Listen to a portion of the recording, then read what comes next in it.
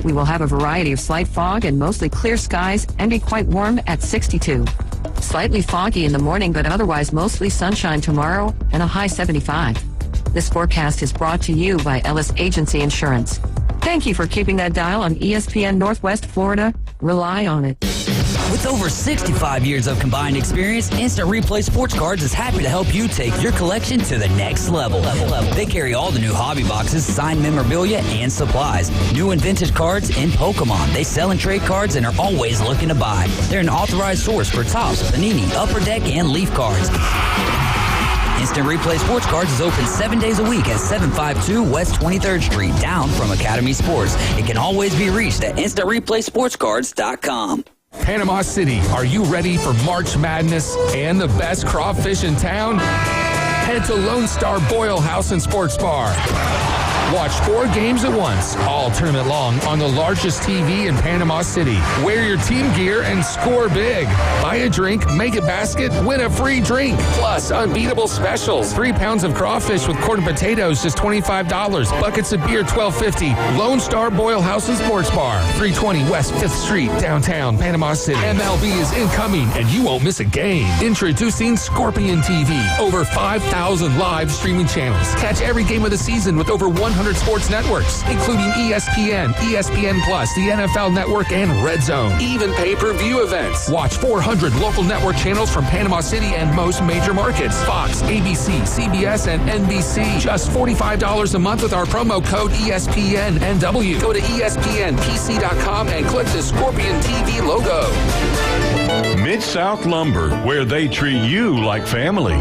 Locally owned and serving the residents of Bay County for over 45 years. See Mid-South Lumber for all of your DIY projects, including windows, doors, siding, lumber, and millwork. Are you building a new home? Bring your contractor in to Mid-South Lumber and meet with a member of their sales team to discuss your framing, siding, windows, and doors. Mid-South Lumber, the biggest little lumber yard in Panama City. 717 West 11th Street. Krispy Kreme and Hershey's are partnering for the latest edition of the annual Chocomania collection. Enjoy the all-new Hershey's Chocolate Salted Caramel Cheesecake Donut, the Chocolate Buttercream Donut, the Chocolate Chip Donut, and the Hershey's Classic Chocolate Donut Returns. Available now for a limited time at Krispy Kreme Donuts in front of HCA Hospital, 23rd Street, Panama City, and the Ross Clark Circle in Dothan. Krispy Kreme Donuts since 1937, where you get them hot. Pier Park, get ready to shake things up.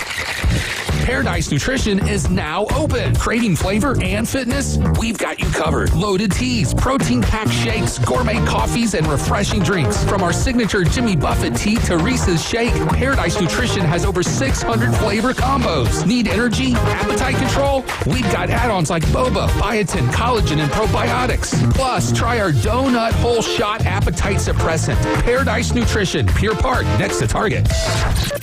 WPLQ Port St. Joe, WGSX Haven, powered by Panama City Toyota. ES Northwest Florida. It's the next evolution of sports talk radio. The biggest stories and the biggest reactions. Now. And now we're taking With the first pick. This is the last ball you got to bat. the inside drive. From college to the pros, interviews with the newsmakers, sports betting, your phone calls, and more. And now, the Inside Drive with Ryan Mulvey on ESPN Northwest Florida.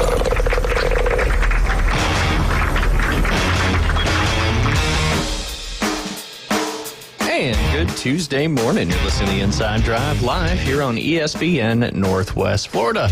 104.3 in Panama City Beach, 101.9 in Port St. Joe.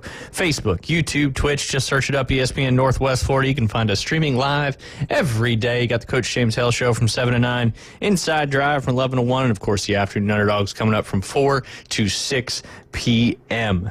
And you can also, head over to our website, the old http://www. I think I got that right. I think it's a backslash, right? It's not a forward slash. I don't know. You don't got to type it like that no more. That's what I do true. know. That's true. It was that was like when you had to stop down when you had to add the area code when they changed that many moons ago, and then you don't even have to type that all in anymore. That was several years ago they changed that, made it a little quicker, a little easier. But anyway, that for area codes. What's that? For area codes or for the for the website? Not having to type all that nonsense. Oh, yeah, that was probably gotcha. a long time ago. Area codes was a long time ago too. Yeah, but now I think here, anyways, like you have to dial 850, I guess, because they're in the process of splitting up the. But back in the day, you didn't have to dial the area code. Yeah, I know. Ridiculous. Insane. 973 was my area code, and dirty jurors where many murders occurs. I've had quite a few different area codes under my belt. 727 and 850 are the main ones. two. Yeah, there you go. I have an 843 on my cell phone still too, but the cell phone's a little different because it just kind of lives on in perpetuity at this point. But I remember having to, and you forget to dial the area code, and then it didn't work, and you're like, this is stupid. Why do I have to dial 3 more numbers? But here we are today with cell phone numbers that really don't matter, and hopefully people still know. Well, you don't have to really know your numbers anymore. You don't. Unless you go to the clink and you need to dial somebody. Or you lose your phone. There's a few ways out there, a few reasons for you needing to remember some numbers. I saw somebody post something, because I think we were talking about it the other day, but somebody said, I don't know who it was, but they were like, if I was in jail, I'd end up calling J.G. Wentworth because that's the only number I can remember, which is funny, because it is. I mean, 867 cash now? Yeah, that's it. That's it. I think actually it might have been, because then we landed on 8675309 and all that good stuff. But we got Max DeLyden coming in studio here shortly. Looking forward to talking a little March Madness with him, see who his Sweet 16 picks are.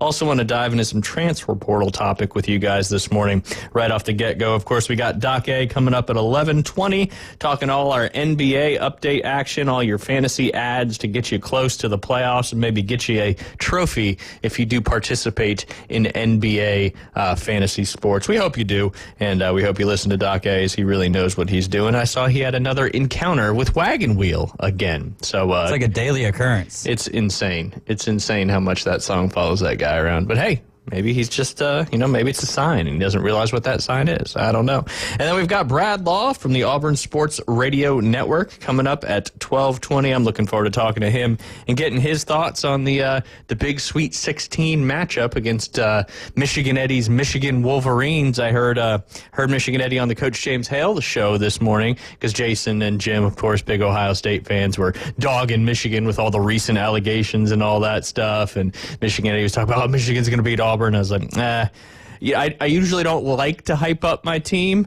because I feel like that's superstitious. But in this circumstance, War Eagle, Michigan Eddie. War Eagle. Because that'll be a fun one. A lot of fun Sweet 16 matchups coming up.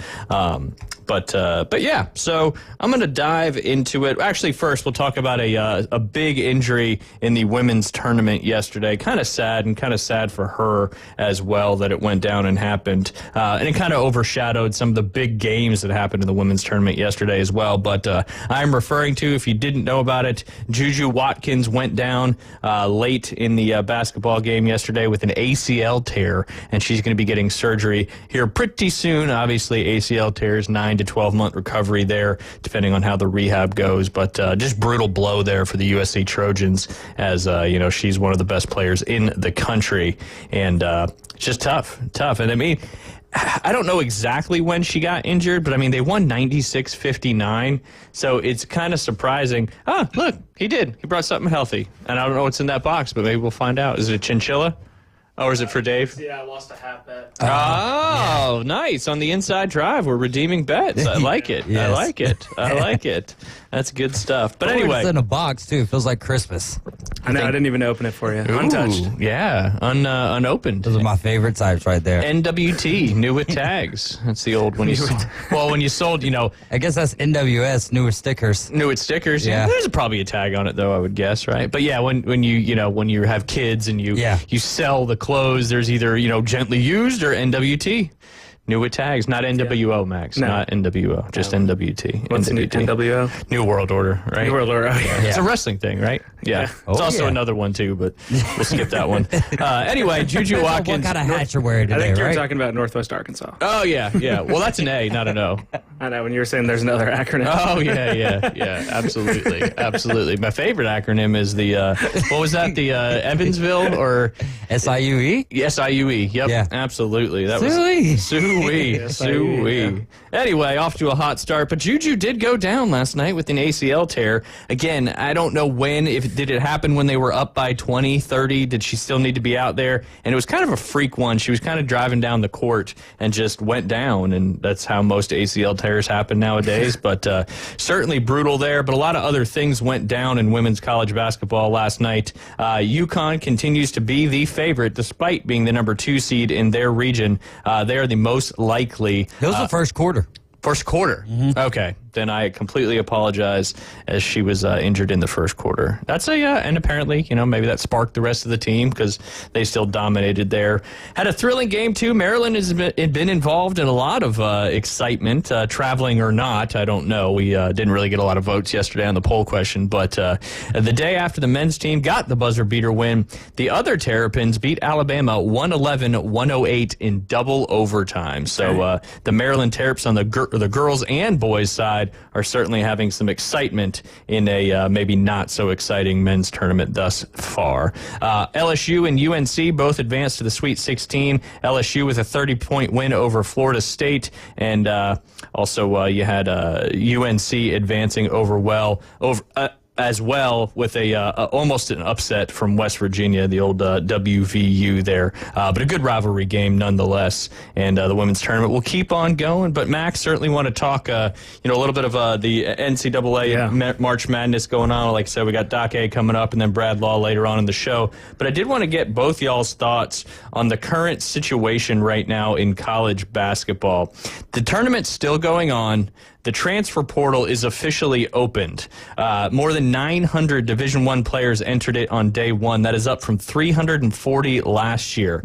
Entire starting units are in it. Forgotten high school stars are in it. And the weirdest one, Justin Pippen of son Scottie Pippen, has entered the transfer portal, but his team, Michigan, is still playing in the Sweet 16. What are your thoughts on this whole transfer portal situation being open prior to the season technically being done? And I get it. There's a lot of teams that their season's over, so you've got kids in, but I don't know. It just seems like it's a complete opening for tampering and all that, like legal tampering, I guess. It is tampering, isn't it? Yeah, I mean, yeah. It's not fair, too, to the coaches who need to focus on the tournament right now. But, there's schools who especially benefit from the transfer portal, say, an Ole Miss, who might not be, the pinnacle of recruiting, but and it makes it different it makes a huge difference. Like Indiana obviously passed on Beard too, who I kind of wanted to hire him. I know he has the transgressions and past history, but I just want to win at Indiana at this point. But unfortunately, unfortunately, the board thinks otherwise. Well, when you got sitting ADs on that committee, that's a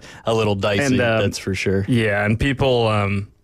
Yeah, I mean, people are saying now, with him still being in, then we'd be missing out on the transfer portal. Yeah. So it's just so dumb, though. It's like if free agency started, week 2 of the NFL playoffs. Yeah, that's exactly right. It's exactly right. But, hey, it's the nature of the business because it is a business. These kids are all trying to, and it's not just the kids, right? The coaches have been doing this forever.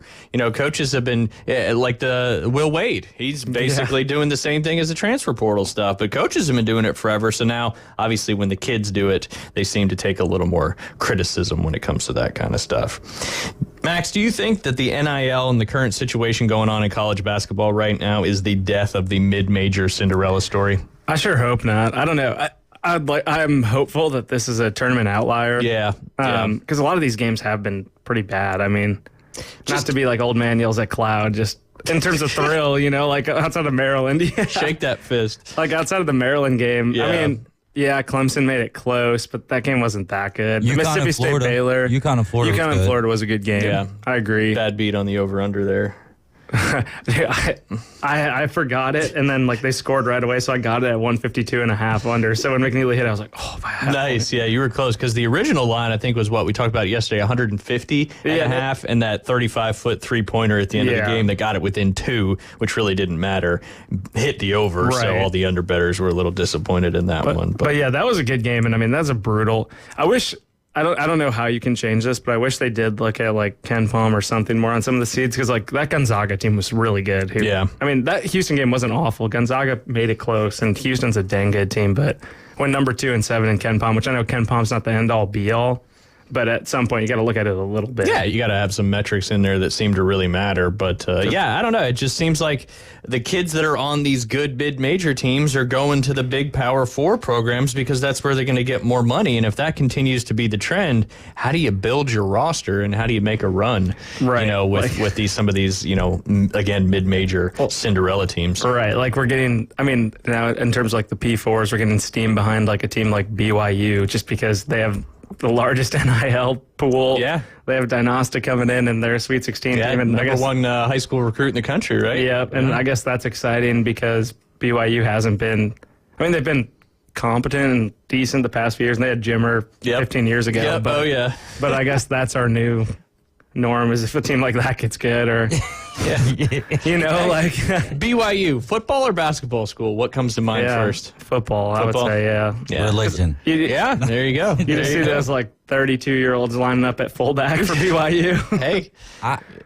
Man, I think I can kind of consider them more a football school than a basketball school. No, I would agree. Yeah, I'd agree. But they had those runs in basketball, like you were mentioning with Jimmer Fredette. I mean, that's he was in the crowd. Yeah, Bulls legend. Yeah. Have you seen their baseball field? No, is it cool? It's just got the Rockies, or I think that would be the western side of the Rockies in the background of their baseball stadium. It's pretty spectacular. Is that in Provo? Provo. No, yep, absolutely. BYU, the Cougars. The Cougars. It makes sense, but you got 32-year-old fullbacks out there. Yeah. You got to have some Cougars running around. Yeah, and it is for certain. Yeah, the Cougars. Yeah, makes sense. Zach Wilson. Yeah. Hey, never stop chasing them. There's a theme. There is a theme.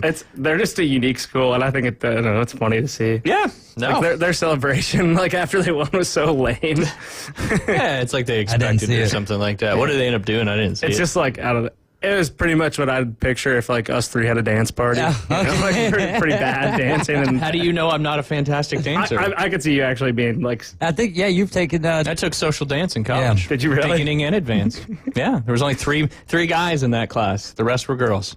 It was fun. I learned how to tango, salsa, waltz, all that stuff. I haven't really used it, but I had to get some extra credits. Gonna go to Neon, see line dancing. I didn't take line dancing, just social dance. But I can totally see line dancing with the belt buckle. Oh yeah, big old cowboy hat. I did wear cowboy boots and overalls to the show one day. That's awesome. I forget the name of the brand of those. Yeah, and that was a big deal, wasn't it? It was like a USA type word, I think. I'm sure.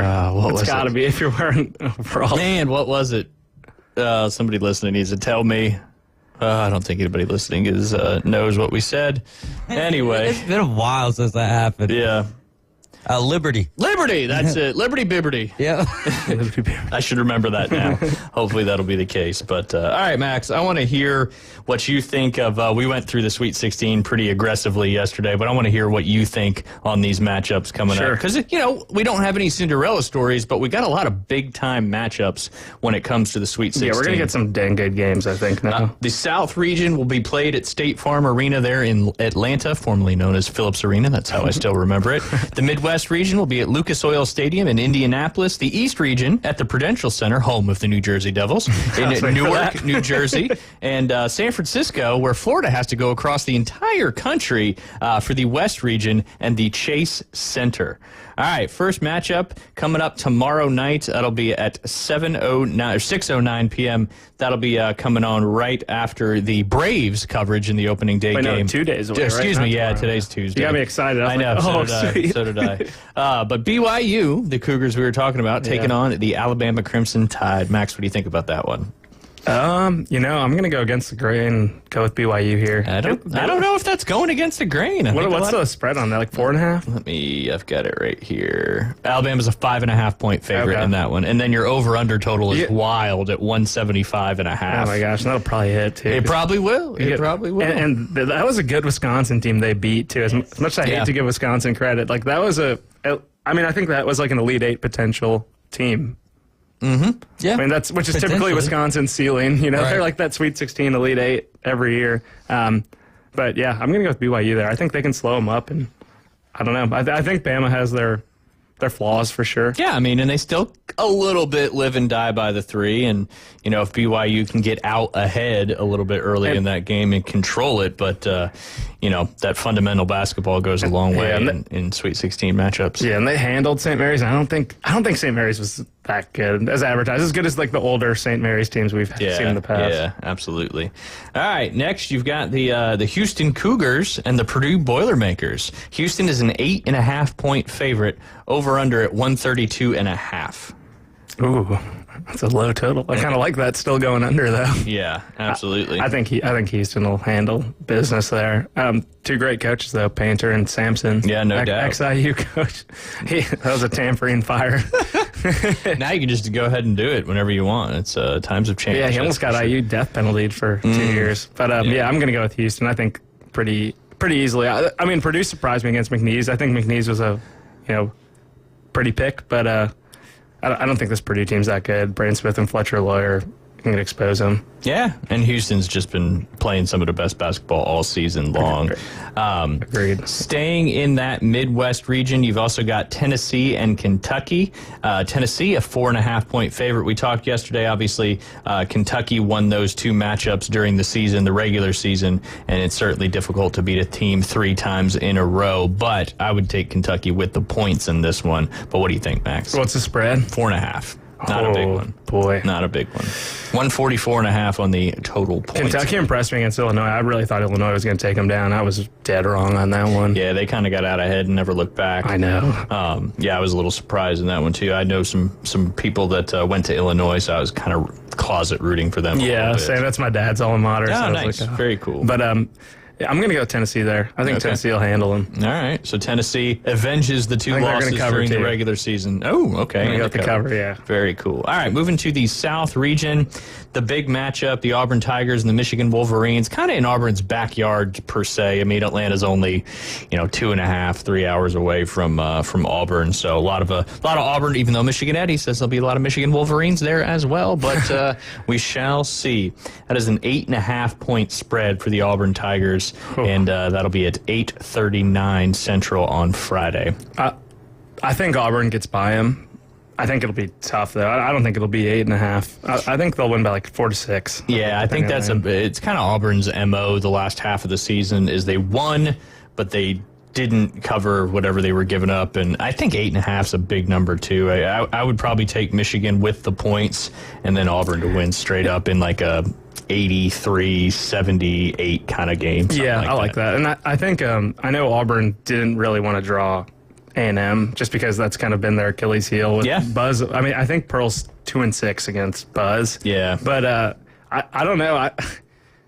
Michigan, they've got the hot hand. They won the Big Ten championship, and I think Dusty May is a better coach than Buzz Williams. I mean, he's done a good job so far, taking over a program, winning the Big Ten championship.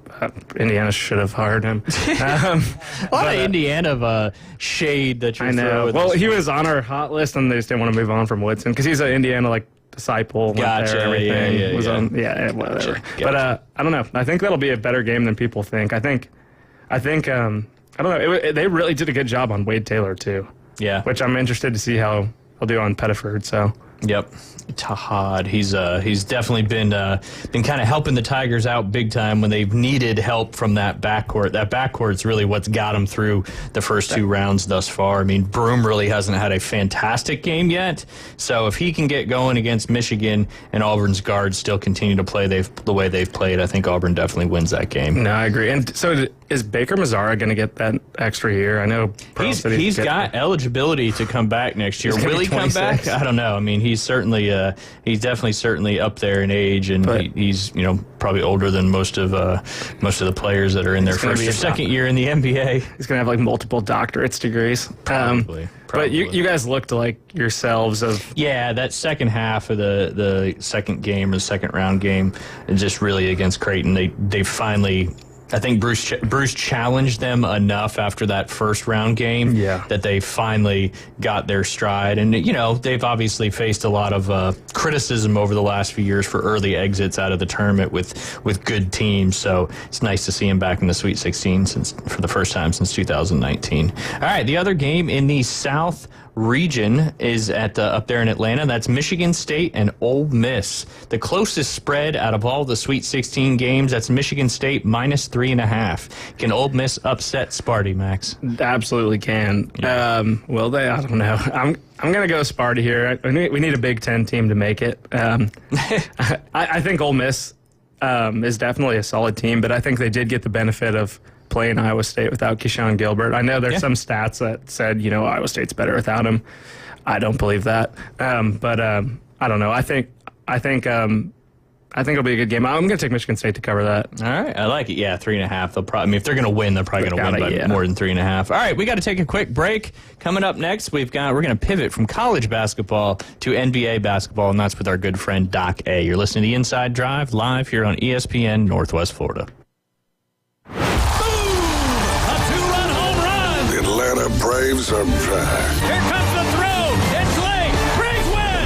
And ESPN Northwest Florida is your exclusive radio home for Braves country. He just wrecked that thing. Straight away center, a homer for Riley.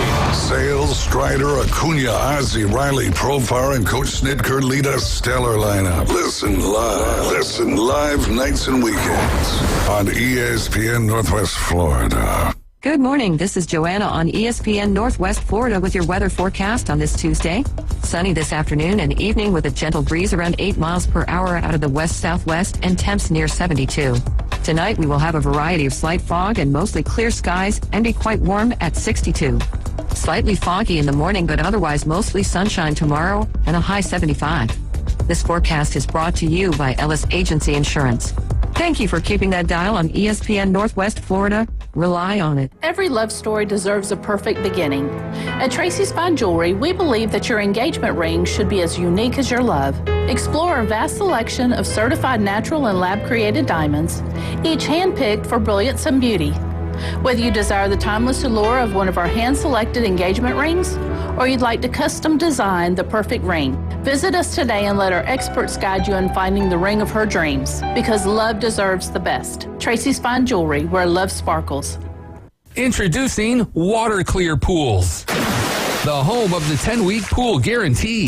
We guarantee custom pool completion from permit to your first swim in 10 weeks or less. Water Clear Pools is the premier pool builder for the Margaritaville development on Highway 79. Free quotes and custom pools anywhere in Northwest Florida. Call now, 850-835-4177, or see our website, waterclearpool.com. Licensed and insured. License number CPC 1459723. Now back to the Inside Drive, live and local from the Gulf Plus studios. We're starting fresh. Fresh new start. Locally sourced, farm to radio. The Inside Drive with Ryan Mulvey is live and local on ESPN Northwest Florida.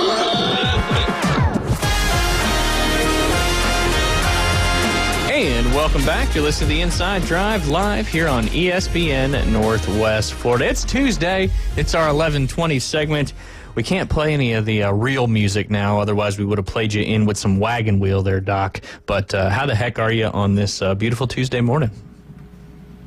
I'm all right. I'm driving my daughter's car. I don't know how to use Bluetooth or anything, and my mouth is very dry, so don't ask me any hard questions. I don't have a computer in front of me. No worries. The good news is I got through all the dead zones that have impeded our conversations in the past, so we should be connected the remainder of my drive. Awesome. Connectivity to you, Doc A, is one of my favorite things. All right, we'll start with a non-computer related question. Give us an update on the old 30 Deep fantasy league that you compete in with all the other experts in your field. Well, I got to the playoffs, and I won the first round, and then I beat Rick Gamma, my podcasting co-host. On Sunday, I finished him off, and now I'm playing another guy I work with at Sports Ethos for the championship. And our match will last for the next 3 weeks. 3-week championship. Nice.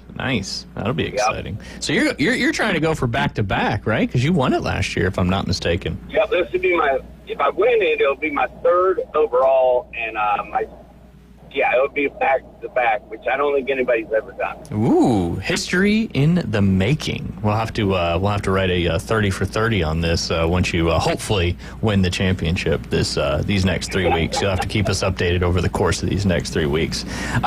Jumping 30 for 30. Golden Tee, wagon wheel, or back-to-back championships? I don't know. That's all I got when the title.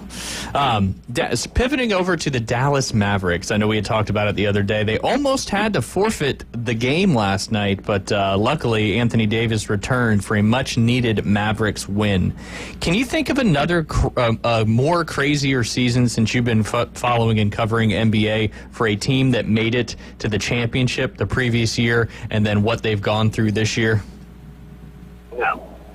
Gosh. No, I don't think there's anything like it that's ever happened before.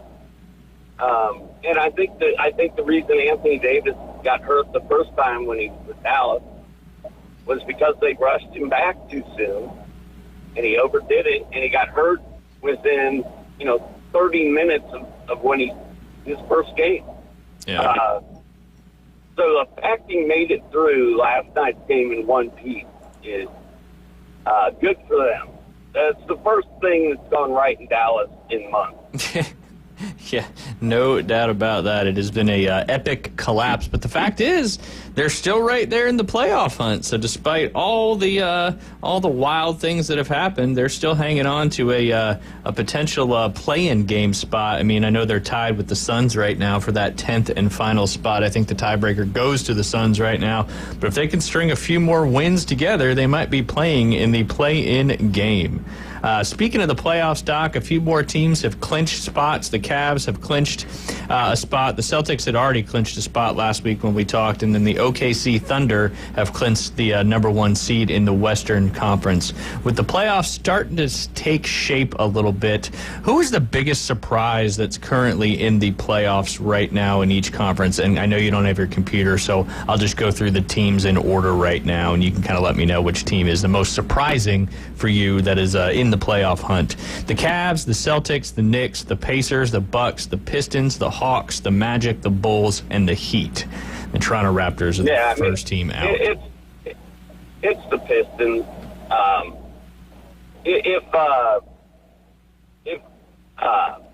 Oh man, I'm drawing a blank here. It's the Pistons because J.B. Bickerstaff has done an incredible job coaching that team. And if Cleveland wasn't so good, I think Bickerstaff would win Coach of the Year. And the fact that the Pistons, nobody really wants to play the Pistons. And I think that team won 11 games last year or something ridiculous. Yeah, so it was the insane. fact that they're actually good and scaring people, I did not see that coming. Yeah, no, they're certainly a team you're probably not going to want to play right now, holding down that 6th seed, and it looks like they've probably got that 6th seed pretty locked up as they've got about 4.5 games ahead of the Atlanta Hawks. And good to see the Atlanta Hawks there in the 7th spot right now. Obviously that's when people ask Liam his favorite NBA team, he now refers to that as the Hawks, despite the tough Atlanta sports market. But, you got us hooked up with a couple tickets earlier this year, and he got himself a hat at the game, and that's how it works with fandom. So he's now an Atlanta Hawks. You can tell him that we're headed for another crappy draft pick, and we're not going to win a championship. So Status quo in Atlanta. Yeah, just keep the expectations where they need to be. All right, swinging over there on the Western Conference, obviously the Thunder, the Rockets, the Lakers, the Grizzlies, the Warriors, the Clippers, the Timberwolves, the Kings, and the Suns. And the Clippers, Timberwolves, Kings, and Suns are all your play-in game seeds. So who's the most surprising for you on the Western Conference? I think the fact that the Lakers are as good as they are is surprising to me, because when the Anthony Davis trade was made for Luka, nobody knew if Luka and LeBron would how well they could play together. Losing Anthony Davis and his defense and the rebound was kind of a big deal, but the Lakers have persevered and are really darn good. I mean, you got two quarterbacks on that team, sort of like a super flex in football. You can play LeBron and Luka at quarterback. No doubt, no doubt. And obviously, LeBron was out there for a little while, and they dropped a few games, but seem to be they've lost their last three, but still maintaining that fifth spot, kind of bouncing back and forth there with the Grizzlies. But looks like they're going to be making the playoffs and potentially making some noise there in the playoffs. All right, staying in the playoff world, is OKC still your team to beat for the title? I know you've been on them since the get-go, so... Yep, and I'm not changing my mind anytime soon. They've been without Jalen Williams for 10 days or so. He might come back tonight. They've been without, well, they've been with SGA, but they sat him for a game.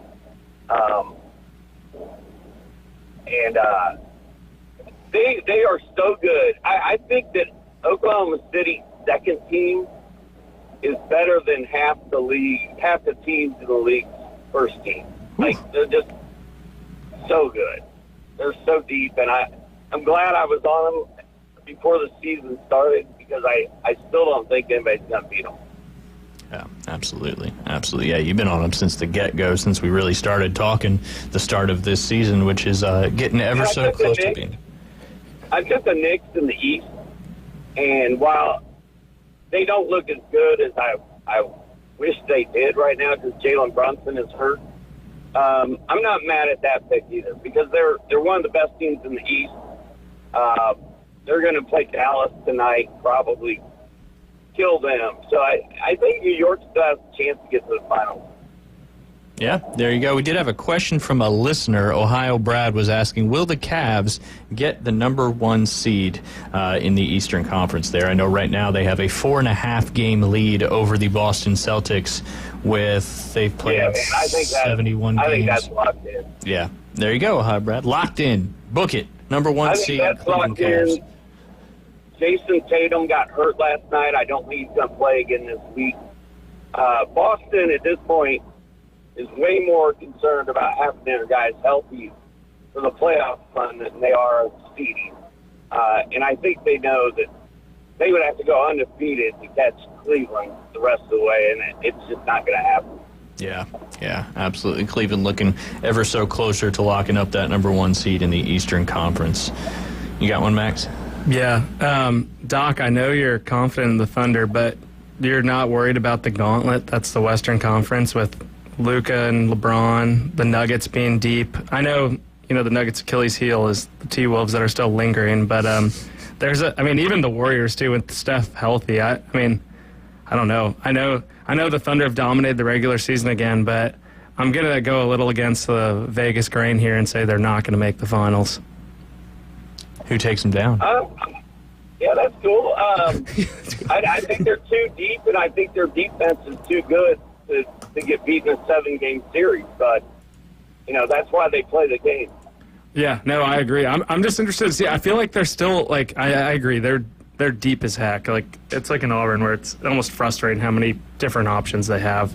But I still feel like they're that one piece away. I don't know what it is, but I mean, maybe I'm wrong, because I think they're like a very likable team. I know SGA gets a ton of crap, for kind of jumping into players on fouls sometimes. But, I mean, they're going to be around for the next 10, 15 years with the amount of picks they have.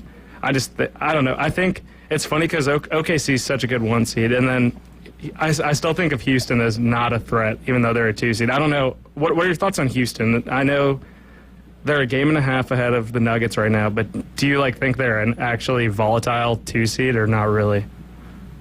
I do, because they play defense, and so does OKC. And Houston is where OKC was 2 years ago. They've got all the right pieces. They've got the right coach. They've got the right players. They're just super young. They're younger than OKC is. And, OKC added a couple pieces, Isaiah Hartenstein, and they've got really good defensive role players on that team. And I think Houston does too, man. I don't think Houston has enough experience or the guns to win it this year, but they're going to be where OKC is in about 2 years. Yeah, I don't hate that. I like it. And yeah, OKC is just, they could go on a little run here if they can get over that hump and make it to the finals and potentially win it. Doc, last week in your picks, you went 2 for 2, which really isn't bad in the betting world. There was only 4 games. Tonight we have a lot more games, and we got some big-time spreads in there as well. So I'll try to go through them as quick as I can for you. I'm going to start with the Spurs at those Detroit Pistons. The Pistons are -10 against the Wemby-less Spurs. Yeah, I don't love the line, but I'm taking the Pistons. All right. Next, you got the Orlando Magic, who are -5 at the Charlotte Hornets. I'm taking Charlotte in the points. All right. Magic got a big win last night. They're going to have a letdown. I like it. Justification is key in the sports betting world. All right, Warriors -5 at the Heat. Rumors Steph may be back playing tonight. And this is the Andrew Wiggins reunion game, and Golden State loves Andrew Wiggins. I'm going to take Golden State because I don't like Miami. All right, Warriors -5 on the road. And then you got the Dallas Mavericks at those New York Knickerbockers. Knickerbockers are -10 in that one with the Mavs coming into town. I got Knicks in a blowout. It'll be the Cameron Payne game for the Knicks. All right, you heard it here first. Next, we got those Atlanta Hawks at the number 2 seed currently, Houston Rockets. Rockets giving up 8 at home. I'm going to go, I'm not betting that one, but I'm going to go Rockets at home. All right, Rockets giving up the points. Next, we got 2 big 10-point spreads. Starts with the Grizzlies -10 at the Jazz. I know Jazz, one of the few teams already eliminated from the postseason. Grizzlies -10 on the road. Lauri Markkanen is not playing. The Jazz are total tankers. I'll go Memphis. All right. Next, another 10-point spread. That's OKC at the Sacramento Kings, giving up 10 on the road. That line makes me think that Domantas Sabonis is not going to play in the second of a back-to-back, so I'm going to go with the Thunder, but if Sabonis plays, I would take the Kings. I just don't think he's going to play. Gotcha. Yeah, that line kind of tends to lead you to believe that that's certainly the case. Last but not least, the Cavs -6.5 on the road up there in Portland. No Donovan Mitchell. It's probably going to be a competitive game. I'm going to go with Portland against my better judgment. All right. But getting the points, getting 6.5.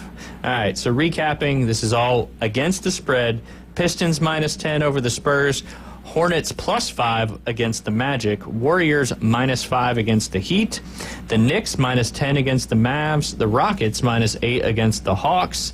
The Grizzlies -10 against the Jazz. OKC -10 against the Kings, with a little caveat there. If Sabonis plays, probably switch that over to the Kings getting 10. And then last but not least, the Trailblazers at home getting 6.5 against the Cavs. Doc, I know the Sports Ethos podcast has kind of been changed up the time a little bit. Tell all our listeners that like to follow you the new adjustment to the podcast. Yeah, I'm on Tuesday, Wednesday, Thursday at 10 a.m. and then we do another one at 11 a.m. They're both live, I think, and they're back to back. One recaps the day before, the other one looks ahead to what's happening tonight. And then Friday, I don't know, I'm on at 12:30. On Fridays, and I'm off on Monday. But we have shows every day of the week.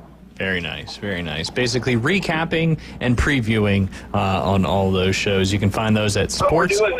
We're doing morning instead of night. And we were doing these things like midnight or 1 in the morning after the game. And now we're doing them in the morning. So it's going to be weird. I'll have to get used to not having my daytime really busy in the middle of the night. Yeah, absolutely, absolutely. Kind of a really cool thing you guys were doing there in the middle of the night. I can't think of a whole lot of other podcasts that went off at midnight Eastern time, but yeah, and of course you can find all that information on sportsethos.com. And you can also check out Doc A on Twitter. That's Doc Tora, DOCKTORA. You can find all that great Sports Ethos information out there. Doc, we appreciate you as always, and I'll keep you posted on your picks tonight and look forward to talking to you next Tuesday. All right, man. I hope your Tigers keep it going. Me too. That would be fun. Up there in your neck of the woods, just down the road in Atlanta. Oh, yeah. All right, man. I'll see you guys Tuesday. All right. Thank you, Doc. Take care. You guys are listening to The Inside Drive. Max Delighten in studio. We're going to dive into some more of these Sweet 16 games with Max coming up next. Auburn fans, let's hear it. This is an open three. You've earned this one. And he knocked it down. ESPN Northwest Florida is your spot for the SEC champion Auburn Tigers. Congratulations to Coach Pearl and the Auburn Tigers for a historic season. And we're not done yet. The madness is just starting. Listen to the Tigers plow through the tournament right here. ESPN Northwest Florida. With over 65 years of combined experience, Instant Replay Sports Cards is happy to help you take your collection to the next level. They carry all the new hobby boxes, signed memorabilia, and supplies. New and vintage cards and Pokemon. They sell and trade cards and are always looking to buy. They're an authorized source for Topps, Panini, Upper Deck, and Leaf cards. Instant Replay Sports Cards is open 7 days a week at 752 West 23rd Street, down from Academy Sports. It can always be reached at InstantReplaySportsCards.com. Get ready to connect. ESPN Northwest Florida is thrilled to introduce the newest rock stars to the Panama City Beach Chamber of Commerce. Welcome to the Beach Chamber. Anchor Realty Florida. Terry Callahan. Anytime Fitness. Now open. Cantina Del Mar Fresh Mexican Grill. Centennial Roofing. Emerald Coast Medical Association. And Gulf Coast Gutter. We're here to champion your success and connect you with this amazing community. Congratulations from ESPN Northwest Florida. And the Panama City Beach Chamber of Commerce, reaching Bay County and beyond. Krispy Kreme and Hershey's are partnering for the latest edition of the annual Chocomania collection. Enjoy the all-new Hershey's Chocolate Salted Caramel Cheesecake Donut, the Chocolate Buttercream Donut, the Chocolate Chip Donut, and the Hershey's Classic Chocolate Donut Returns. Available now for a limited time at Krispy Kreme Donuts in front of HCA Hospital, 23rd Street, Panama City, and the Ross Clark Circle in Dothan. Krispy Kreme Donuts since 1937, where you get them hot. Broadcasting from the Gulf Plus studios, it's the Inside Drive. Coming in hot. So hot. It'll be a hot one. Really hot. God damn. The Inside Drive with Ryan Mulvey on ESPN Northwest Florida.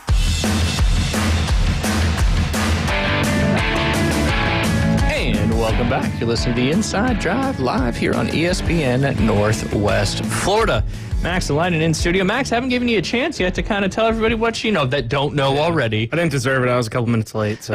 That's fair. You know, if you're not early, but you did bring the bet hat, so yeah, you know, all's right in that world. So yeah, blind squirrel finds a nut every once in a while. Yeah, I'm just kidding. Yeah, absolutely. No, we're 1-1 in hat bets.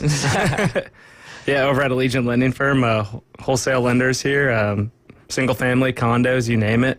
We just don't do land because, as Dave likes to say, juice isn't worth the squeeze. I came up with that one. But otherwise, yeah, appreciate it. 850-565-1160 if you need any help. And you guys do, you know, other types of loans, HELOCs, all sorts of stuff. So, if you're not, obviously, if you're wanting to buy something new, come see Beach House Sales Development. But, if you're not wanting to give up that equity, there might be a lot of equity in your home, and, take advantage of that. You can get some good rates on those HELoans and HELOCs. So, just reach out to Max at Allegiant Lending, and he'll make it easy and take great care of you. There's no doubt about that. Obviously, a couple different products we've done with you, and it's always been seamless. And one of the things, that I always praise my wife for is being very quick to communicate, to get back to you, to be available at all times, and that's the same thing. You don't see that as much in the banking lending world, but you're almost 24 hours a day, 7 days a week. So appreciate it. That's what makes a difference. You live it. That's what makes a difference. I mean, being available and being good at communication is can set you apart in business, and it seems so silly because it's that simple. Yeah. But it's not the case with a lot of people. There's no doubt about crazy. it. No doubt about it. All right, diving back into the Sweet 16. I know we talked about the Alabama BYU game already, but we did not talk about the number 1 seed in that region, the Duke Blue Devils and the Arizona Wildcats. Interesting matchup here. One of the bigger spreads of the Sweet 16. Duke giving up 9.5 in that one. Total 153.5. Max, what do you think? That's such a tough one to cap. Yeah. I know a ton of people probably hopped on that Baylor one and found out real quick. That's come corrected. Real quick how good Duke is. Yeah. Yeah. I'm going to take Duke there still. I think we got our one Caleb Love game, and that was the Oregon game. That was a great game, too. That was a game that probably should have been one more round further into the tournament because Oregon was good. They just had a gauntlet of a schedule. They did. They got a tough draw. They kept us. Oregon's pretty much the reason Indiana didn't make the tournament. Yeah, it all comes back to Indiana. UNC, AD, however you want to look at it. Yeah. We lost.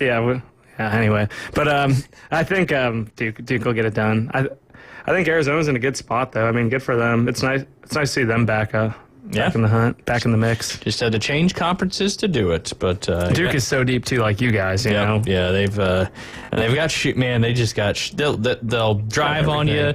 They'll shoot from the perimeter. They're just a tough team to play against, and I think it's good for college basketball when you have one of those blue bloods like that. Playing such good ball, and we'll find out what Arizona's made of come Thursday at 7:39 here in the Central Time Zone. Yeah, and it's good for basketball when Duke's. It's good. I know people hate Duke, but it's good to see Duke back. Yeah, Duke's like the Yankees, right? You either hate them or you love them all in. And same thing with it's like Dallas Cowboys, New York Yankees. You can throw the Dodgers in there, and you can also throw Duke in there as well. So. And I think Shire's doing a great job there. I mean, obviously getting Cooper Flagg doesn't hurt. No, not at all. And I know you get a ton of NIL funding, but I think on the tail end of Coach K, we were kind of seeing him, not as into the whole NIL recruiting process. Yes. And I think Shire's really a relatable coach too. And he was a heck of he went to one of my rival high schools, and he's like the best white dude I've ever seen play high school basketball. I'm going to be honest. Like, he scored 24 points in 73 seconds in a game. That's on YouTube. 73 seconds? Yeah, against Proviso points? too, which is like a good feeder school to colleges. So that's wild. He got to play against Derrick Rose. It was cool. I mean, he was just a bucket. Obviously has done a fantastic job there. And you kind of touched on a point there, right? Coach K, been around for a long time. NIL, not something they want to do. Nick Saban, same situation. Even who we have on the show all the time, Coach Cliff Ellis, that's why he retired, is just the game had changed so much. And unless you're a big-time Power 4 program, it makes it pretty tough to compete. And, a lot of these guys stepped away, and these younger guys that aren't that removed from playing the game can obviously relate more to the kids and are probably more excited about what's going on with NIL and all that stuff. So he's obviously doing a fantastic job leading the Duke Blue Devils to the Sweet 16, and we'll see if they make an Elite 8 appearance, Final Four, and so on. All right, moving on to the West region. We've got a couple exciting matchups there. Can the Florida Gators keep dominating like they have been the second half of the season and beyond? They're taking on the Maryland Terrapins, which a lot of people don't don't know if Maryland should have been there or not with that last-second bucket, whether it was a travel or not. But, what do you think? I've watched it in slow motion. We talked about it yesterday. I didn't watch it I've watched it in slow motion many a time, and to me, it looked like he locked up the ball with his left arm and then took 3 full steps and jumped off the third step and shot. Now, like we were talking about yesterday, the refs, how much are they paying attention to their feet in a situation like that at the end of the game, or are they spectating and watching? So I wouldn't have been, upset if they made the travel call there. Obviously, probably everybody would have, but the evidence was kind of clear. So in my opinion, I thought it was a travel. But like I tell the kids that it's only a foul or a penalty or a call if they indeed call it. If they don't, it's not. So you just got to live with it. Yeah, and Colorado State's coach handled it with class too. Yeah. It's like they didn't call it, so why are we talking about it? Yeah, absolutely. I mean, it's as simple as that. They didn't call it. So, but anyway, the Maryland Terrapins will be taking on the Florida Gators Thursday at 6:39 right there on TBS. So Florida's a 6.5-point favorite in that one. That's total. So tough. Yeah, that's a super tough What's one. the total? I mean, I can see this game being a blowout by the Gators, and I can see Maryland playing their best game of the season and keeping it close all the way. Obviously, UConn kind of showed the formula to keep up with Florida in that and found a way to score some points, just not enough there quite at the end. But what do you think? Who do you think wins the game straight up? Florida? Yeah. I mean, I would like to see Maryland beat them just for the chaos. I guess Golden will be comfortable back in San Francisco because that's where he's from. But you got to give Hurley credit for that game, too. That goes to show whether or not you like Hurley with his antics. He's a heck of a coach. Yeah, I mean, taking Florida to the wire there, and I'm sure, Golden couldn't have been more nervous for that game. Because Hurley can run laps on him when it comes to coaching. The talent deficit between those two teams was crazy. I know they have the experience and everything, and I know Hurley was like yelling in the tunnel and all that nonsense, but he just cares. I mean, that's a guy, he cares more than anyone. Well, and you've been there, and coaching at this point in the NCAA tournament can be the difference between winning and losing a game for a lot of these, variances when we're talking about spreads and stuff like that. For sure. Your coaches make a huge, huge difference. What do you think in this game? Man, until Florida shows me something different now, obviously, when they did not cover against UConn over the weekend, but I don't know. I see the more odds being Florida getting out. They run fast. Can Maryland keep up with Florida? Does Maryland want to play that game? Can they play that game? But I think Florida runs all over Maryland, and I think Florida gets out to a pretty substantial lead, and Maryland just can't close the gap. What's the total? 156.5. That's a good total. Yeah.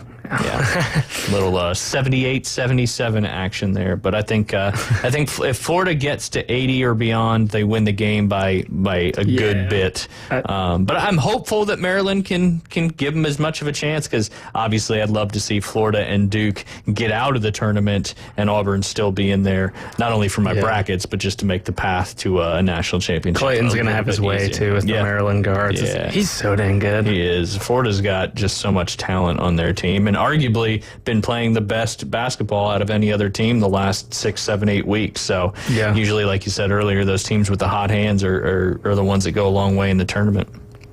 But last but not least, the Texas Tech Red Raiders and the John Calipari-led Arkansas Razorbacks. This is an interesting, kind of fun matchup. And although Coach Calipari said they were underdogs in this game, are they really underdogs anytime he's out there? They got a healthy team now. Everybody's back. They played really good basketball in the last round. And, I think it's a good matchup for them with Texas Tech. Texas Tech is a 5.5-point favorite. I would take Arkansas with the points in that one. Me too. The X factor is obviously going to be they haven't played Chance McMillian yet for Texas Tech, who's possibly their best player, him or Darian Taylor, whoever you want to go with. Man, that's a tough one. I'm going to go with Arkansas too, I think. Yeah. That's like what you were saying just a second ago too. It's a hot hand at the right time, and they're finally fully healthy. Boogie Fland is a bucket. I like them, and I would take, Calipari over. Who's Texas Tech's coach again? What's his name? I don't know. McClaskin or something like that? Yeah, McCaslin, I think. Yeah. I would a scotch or a whiskey. Yeah, pretty sure it is. Yeah. Pretty sure it's scotch, yeah. But yeah, I'll take Arkansas. I can see Arkansas outright there. I think the Big 12's been like mildly disappointing. I don't know. I know they've made their run, but I thought they would be a little deeper, if that makes sense. Yeah, no, absolutely. Absolutely. I'm going to pivot a little bit to the football world. Obviously, Kirby Smart up there in Georgia has got some tough decisions to make in facing all these driving-related arrests. I don't know what's going on up there. Just seems like, I don't know if it's kids getting a lot of money, getting cars that they shouldn't be Fast cars and freedom. That's right. Rascal Flatts had something to say about that. But, yeah, so another Georgia player over I think it was over the weekend, right? That was and a great name, yeah, too. Nitro. I mean, if anybody's going to get arrested for driving cars fast and recklessly, it's going to be a kid named Nitro Tuggle. He was arrested on misdemeanor charges of speeding and reckless driving and was released after posting bond. The Athens Banner-Herald reported Easley was involved in a vehicle crash earlier in the same week. Kirby Smart promptly suspended both Tuggle and Easley indefinitely from all team activities. What went unreported is which is why we take aim at Smart here, is that this nonsense is a full-blown epidemic within Georgia football, and try as he might with punishment like guest speakers and withholding payment from school's NIL collective, Smart hasn't even glanced at one tool that will actually get his players' attention. I know that our staff, myself, continue to drive home the sensitive nature of it. Drive home, nice pun there, Kirby. Smart said to reporters in September after cornerback Daniel Harris was charged with reckless driving after being clocked at 106 miles per hour. It's certainly a deadly speed when you talk about the speed he was traveling at. You want kids to grow up, and you want to treat kids like your own kids. You want them to grow up and make good decisions and learn from their own mistakes. We had guys share, and we obviously continue to talk to them, but it hasn't stopped it, so we've got to find a way to do it. Talk is cheap, so there are paltry one-game suspensions like the one Harris got last season. Talk is cheap, and so is the penalty Jalen Carter got, who was found to be street racing with LaCroix before that deadly crash, pleaded no contest to 2 misdemeanors, and did not serve any jail time, and obviously gone on to a very, very good NFL career early on, already got a Super Bowl win under his belt. Talk is cheap. It is past time for Smart and Georgia to do something that actually bite against his lead-footed football players. Yes, our world is built on second chances. Yes, everyone deserves one to a point, but with the full-blown epidemic continuing to manifest itself in Athens, there is only one true solution. Max, what do you think about the whole Georgia lead-foot situation up there? Yeah, it's just like, it went from like a joke to it's like, okay, maybe this is kind of serious. Yeah. This keeps happening. It's a character thing. Yeah. I mean, and you know, who's in charge of the culture? I mean, like what's going on there? How does this keep happening at the same school? Yeah, it's wild. I mean, I could see if it was like various places across the country, you know, especially these kids are getting all these ridiculous cars nowadays, and you know, I think it's the NIL starting to catch up to making bad decisions. Yeah, I don't know, because you'd see it like sporadically. Like, I know Kentucky had an issue once with Calipari. I know. And I know it's basketball, and Bill Self had 1 or 2 incidents as well, but like, why is it always Georgia? I don't know. Even in the pros, Georgia. Yep, absolutely. Success comes with interesting things, that's for sure. But we got to go ahead and take a quick break. It's the top of the hour. When we get back, we'll dive into some afternoon delight debriefs. You listen to the Inside Drive. Max DeLine in studio, hanging out on this beautiful Tuesday. We'll be right back. Weather in the Panhandle never stops. Turn to 104.3 ESPN Northwest Florida. This is Joanna with your latest forecast. Up to the minute weather reports all day long. A chance of thunderstorms and moderate rain. In-depth storm coverage. Winter Storm Enzo. And breaking weather as it happens. Hurricane Helene. ESPN Northwest Florida. We do have a tropical storm warning. Rely on it. Good morning. This is Joanna on ESPN Northwest Florida with your weather forecast on this Tuesday. Sunny this afternoon and evening with a gentle breeze around 8 miles per hour out of the west-southwest and temps near 72. Tonight we will have a variety of slight fog and mostly clear skies and be quite warm at 62. Slightly foggy in the morning but otherwise mostly sunshine tomorrow and a high 75. This forecast is brought to you by Ellis Agency Insurance. Thank you for keeping that dial on ESPN Northwest Florida. Rely on it. Hi, folks. It's Tracy from Tracy's Fine Jewelry. Did you know that we have a master jeweler right here in the store? That's right. She has over 20 years experience in the art of repairing jewelry. Most repairs are done within a week. So don't send your jewelry off for 6 weeks. Bring it to us at Tracy's Fine Jewelry. We size rings and solder chains. We can reset your diamond into a new setting and even custom design. You'll get your jewelry back quickly and looking as good as new. Tracy's Fine Jewelry, Bay County's trusted jeweler for over 50 years. WVLQ Port St. Joe, WGSX Lynn Haven, powered by Panama City Toyota. ESPN Northwest Florida. War Eagle. Do you hear a squealing sound when you're braking? How about a clunking when turning? Shaking while under acceleration? These are all problems that Alford Tire and Service Center in Callaway can solve. With our friendly staff and trusted mechanics, we here at Alford offer a wide variety of services to keep you on the road and driving, which comes back with our nationwide warranty and easy financing options. Located in beautiful Callaway on Central Parkway, we do it all at Alford Tire and Service Center. Broadcasting from the Gulf Plus Studios, it's the Inside Drive. And now, the afternoon delight debrief with the three degenerates from the Inside Drive. Live from the Bill Kramer Chevrolet Buick GMC and Kramer Marine and Outdoor Studios. Afternoon delight. ESPN Northwest Florida. Sky rockets in flight. Afternoon delight.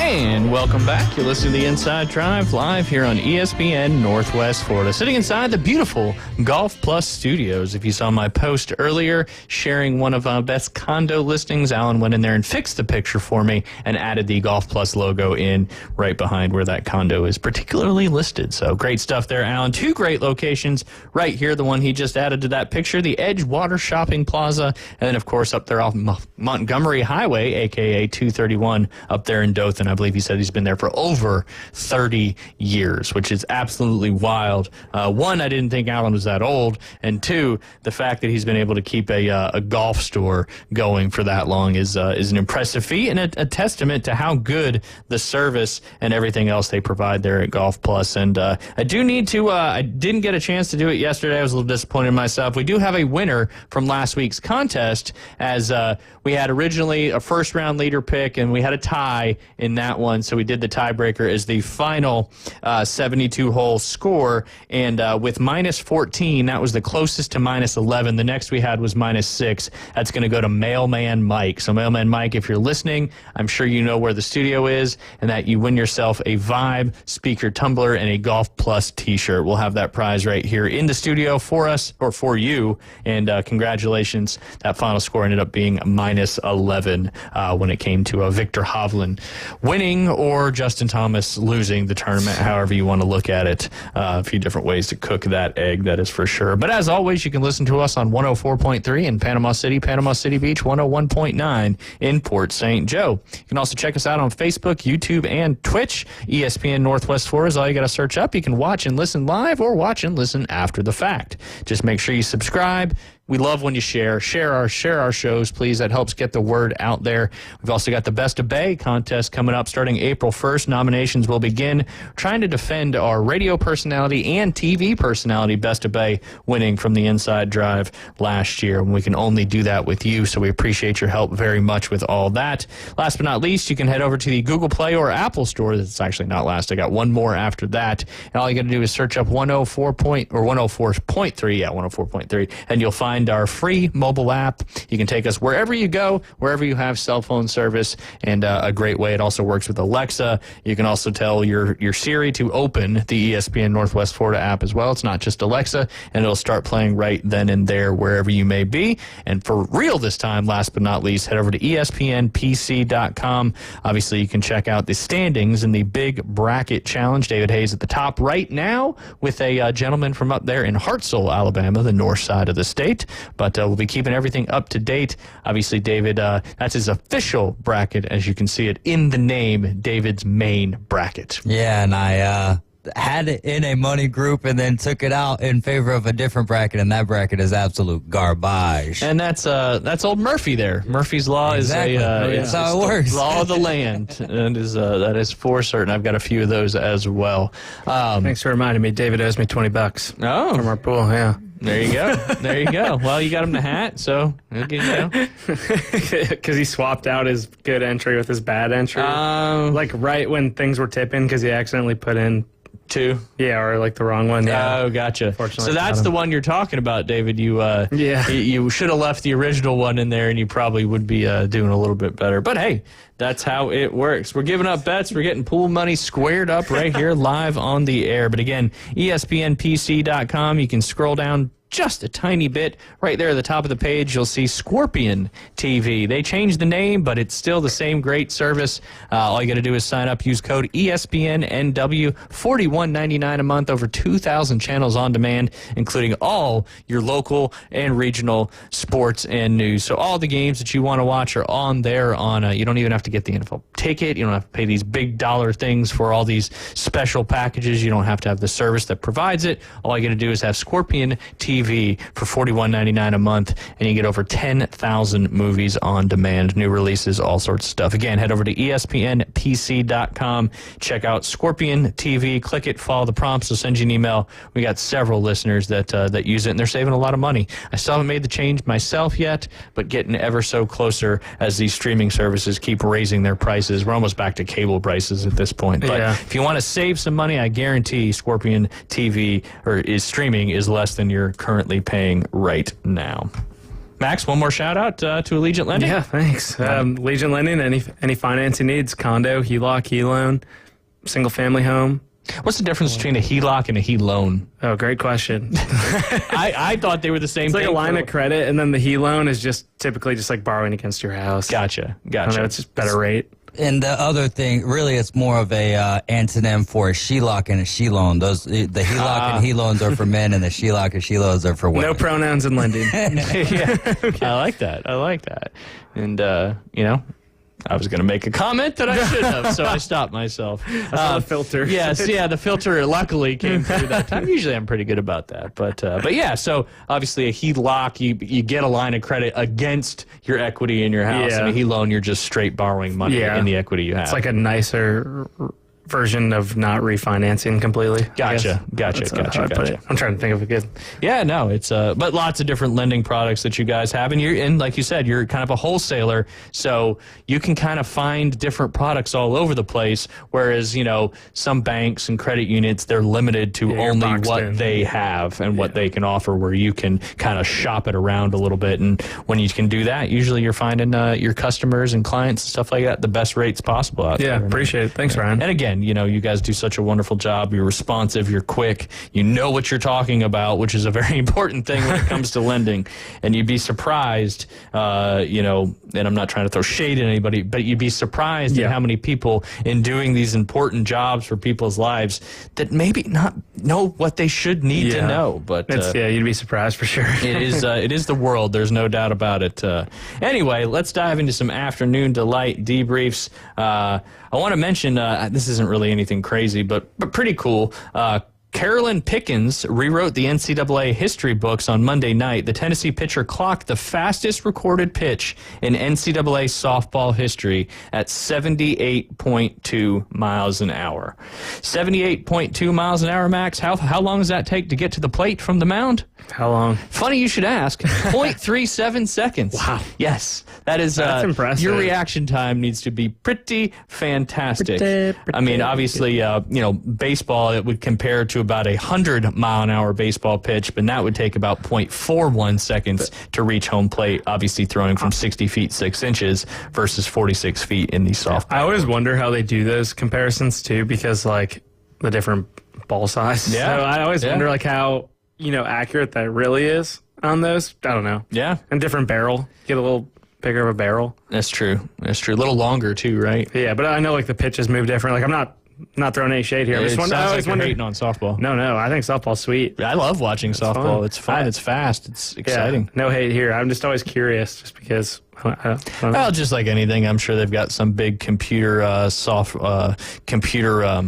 program and algorithm that compares them. And thanks to one of our listeners also letting me know that Ben Joyce from Tennessee, he holds the record for fastest pitch in college baseball. That was at 105.5 miles an hour. So now Tennessee holds the fastest pitch in baseball and softball in one time. It's kind of like Florida State. People want them to hit 107 or 108. That's crazy. They've mastered pitching mechanics. I mean, it's kind of it's similar to golf. know, you have the right mechanics, the right leverage, the right workout routine, nutrition, you can maximize, that arm speed, ball speed, whatever you want to call it. But yeah, I have none of those for golf.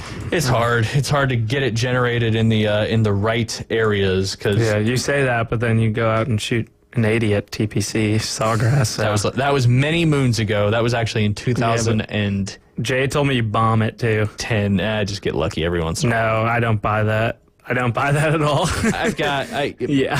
My arms are longer than I am high, so it gives me a really long arc and a lot of leverage because there's things that generate speed in golf is the width of your arc, the length of your arc, and then obviously how much power you're generating from the ground up through the shot. So, I got really long arms. No, I bet, no. You're totally downplaying. I bet in your heyday you were balling on the golf course. I was decent. I was decent when I was playing the most golf I'd ever played.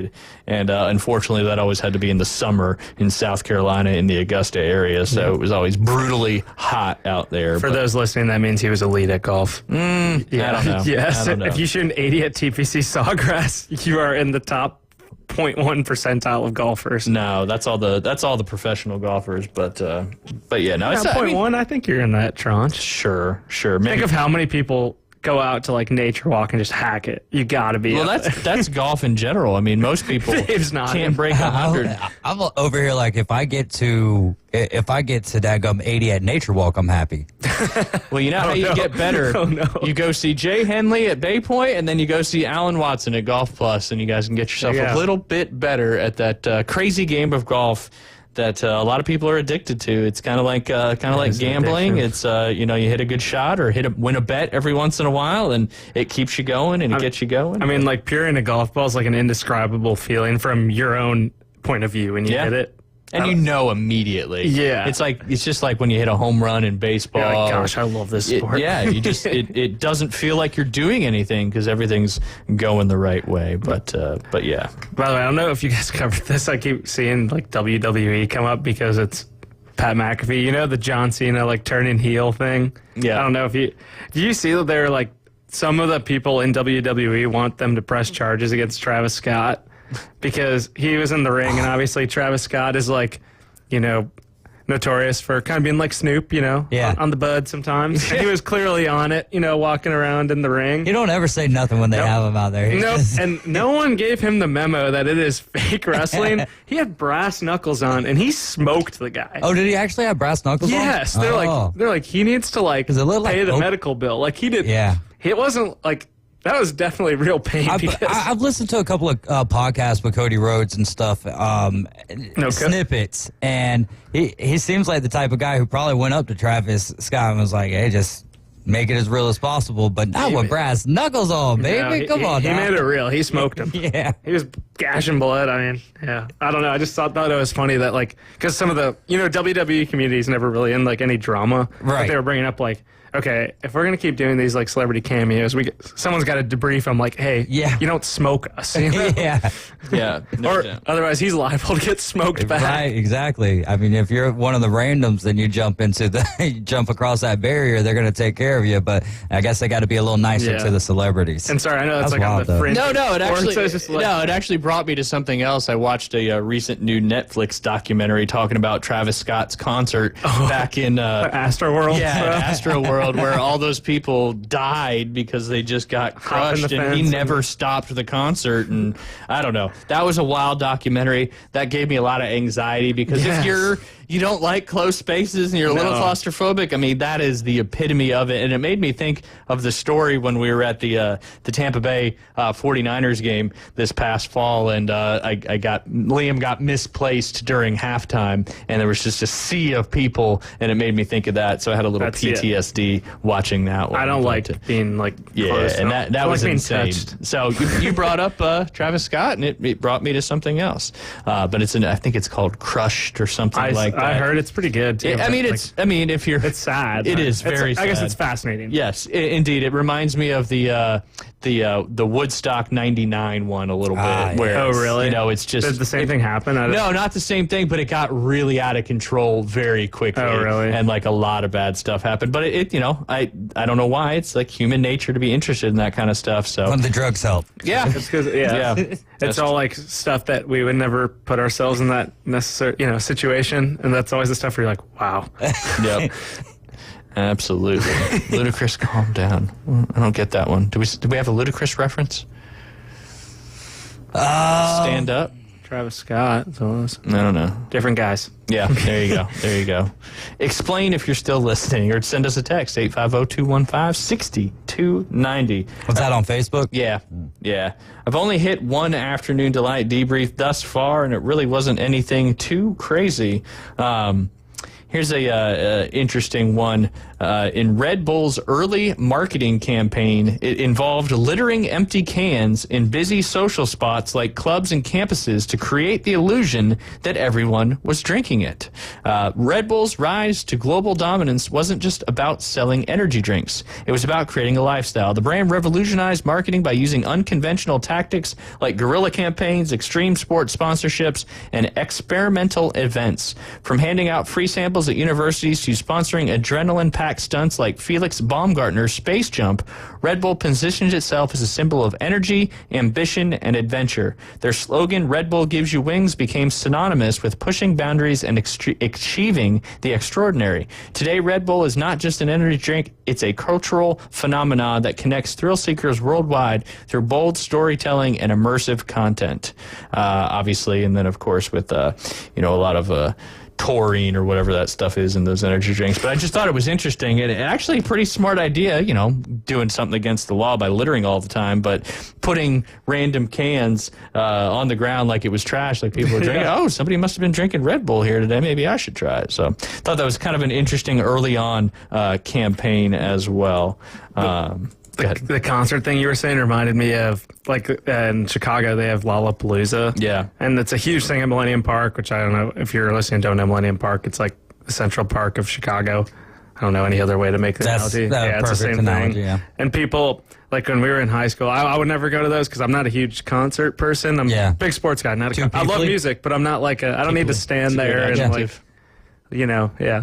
But people would always dig up holes in Millennium Park and bury a handle or a fifth there, and it would always get out of control because then it's a ton of high schoolers, just getting hammered. And it is kind of smart though to, keep it if cool. you can remember where you geographically put it at Millennium Park and buried it. Oh, they would bury a handle of Smirnoff, and then you dig it up, and then you come back for later. No, so when they fence it up, you just dig it up and then just put in your backpack at Lollapalooza. And I don't know why I just thought of that from Astroworld and everything. But I was just thinking of concerts getting out of control, and they had a huge issue with that. Yeah, that is a wild way to do it. Work smarter, not harder. Yeah, there you go. Work more legally than less legally. I don't know. Yeah, I don't know. Interesting stuff. What if there's the black, the white, and the gray? There you go. A lot of people live in that gray. Guys just coming in with shovels and just digging random holes everywhere. What are you looking for? I don't know. Maybe you get some soft soil over it. Yeah, there you go. Just make sure those holes are filled in, or otherwise people are going to be falling over. Yeah, or people are going to find your alcohol. Yeah, that too. I feel like I've seen all sorts of inventions to get alcohol into concerts and stuff like that. Yeah, I'm sure Gulf Coast Jam has some good stories. Yeah, absolutely. I guess you would just have to write your name on the bottle, and then that would stop everybody. No one would take it then. Finders keepers doesn't Think work. About God, and you just put it back.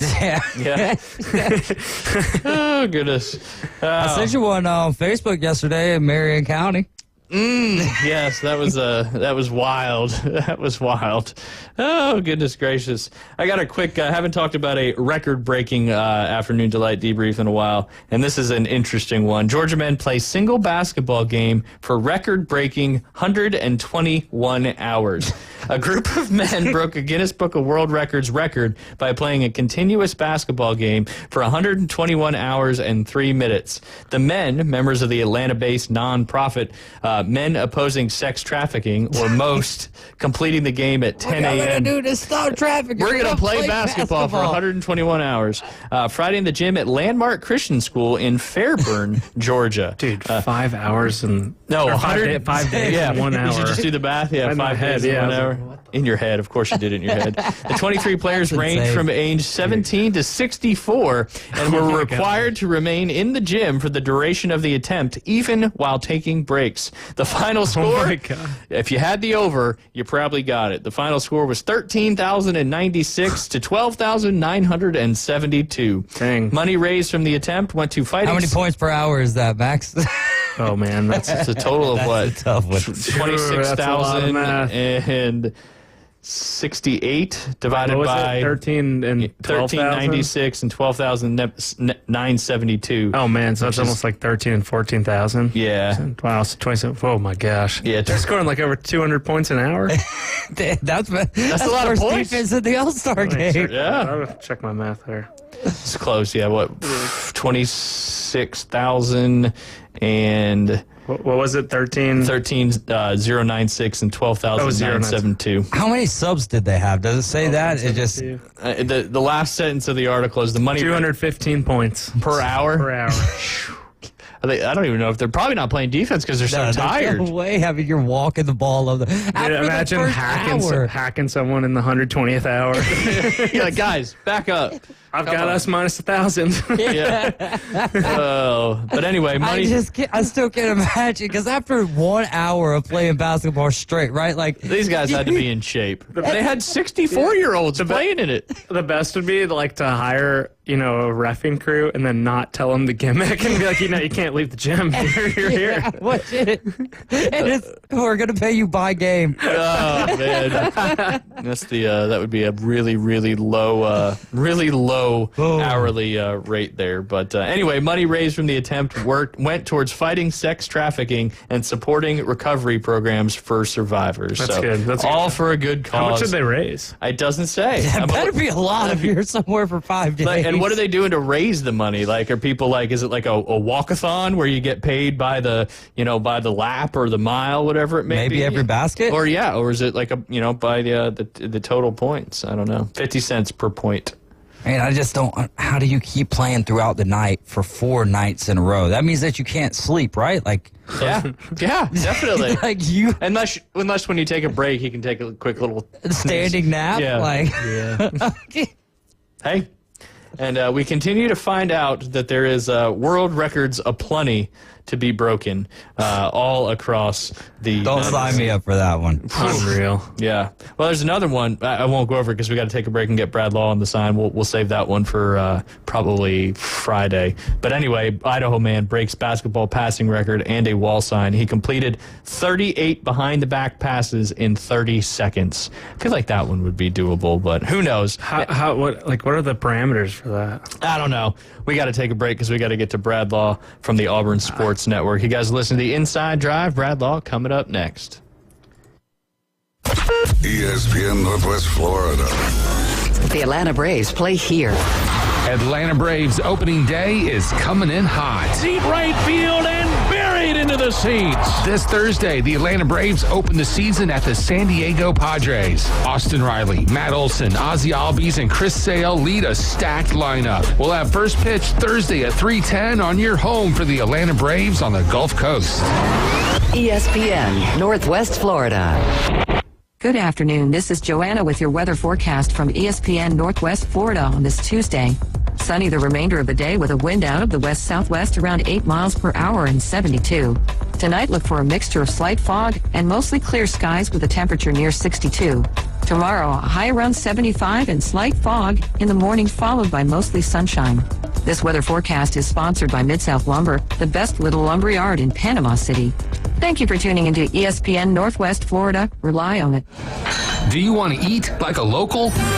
The Local 115 is now open. Local drinks, local sports, and local food. Delicious oysters, crab cakes, steamed seafood, gumbos, salads, paninis, wings, wine, and cold beer. Nothing fried. That's right. No fried foods at Local 115. Amazing local food with an exciting local sports and mural theme. Eat like a local at the Local 115. 115 Harrison Avenue, downtown Panama City. Are you looking for a place to take a leak? Do you have a truck, tractor, or other hydraulic equipment leaking or not performing as it should? At Reliable Hydraulic Solutions, we can get you back to work. Do you have a busted or leaking hose? Hydraulic cylinder or pump needing repair? If competitive pricing and a quick turnaround are what matter to your business, come see us at Reliable Hydraulic Solutions. Or you can give us a call at 850-326-3000. Reliable Hydraulic Solutions, 6840 Highway 77 in Southport. The best place in town to take a leak. Now back to the Inside Drive, live and local from the Gulf Plus studios. From the beach to the bay to the backyard, it's the Inside Drive. I've got sand in my underpants. ESPN Northwest Florida.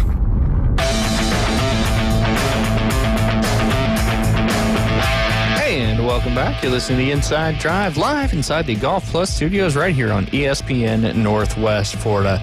And as all you Auburn fans know out there, we are your home for Auburn Tigers basketball. Coming up this Friday, the Sweet 16 matchup, approximately 8:30 at 8:39 p.m. here in the Central Time Zone. Obviously, that could vary depending on how the game before it goes, but we'll have your coverage right here on ESPN Northwest Florida. And as we are every other Tuesday in our 1220 segment, we're joined by Brad Law. He's the Director of Broadcast Operations for the Auburn Sports Network.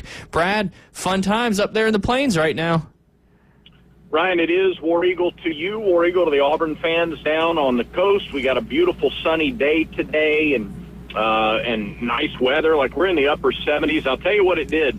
It makes me think of the summertime when we head down to that beautiful Gulf Coast. And I'll just be shameless. If you got any destinations down there that would love to put my little ones and me up for a few days and have us review it, we would be open to that. We'd love to come back. What I'm trying to say is I miss the beach, and I can't wait to get back there. And this weather makes it feel like we're a little close. Yeah, definitely. It's we're kind of in the heart of spring break right now. I believe Alabama spring break is going on, if I'm not mistaken. So a lot of the Alabama contingency down here in Panama City Beach.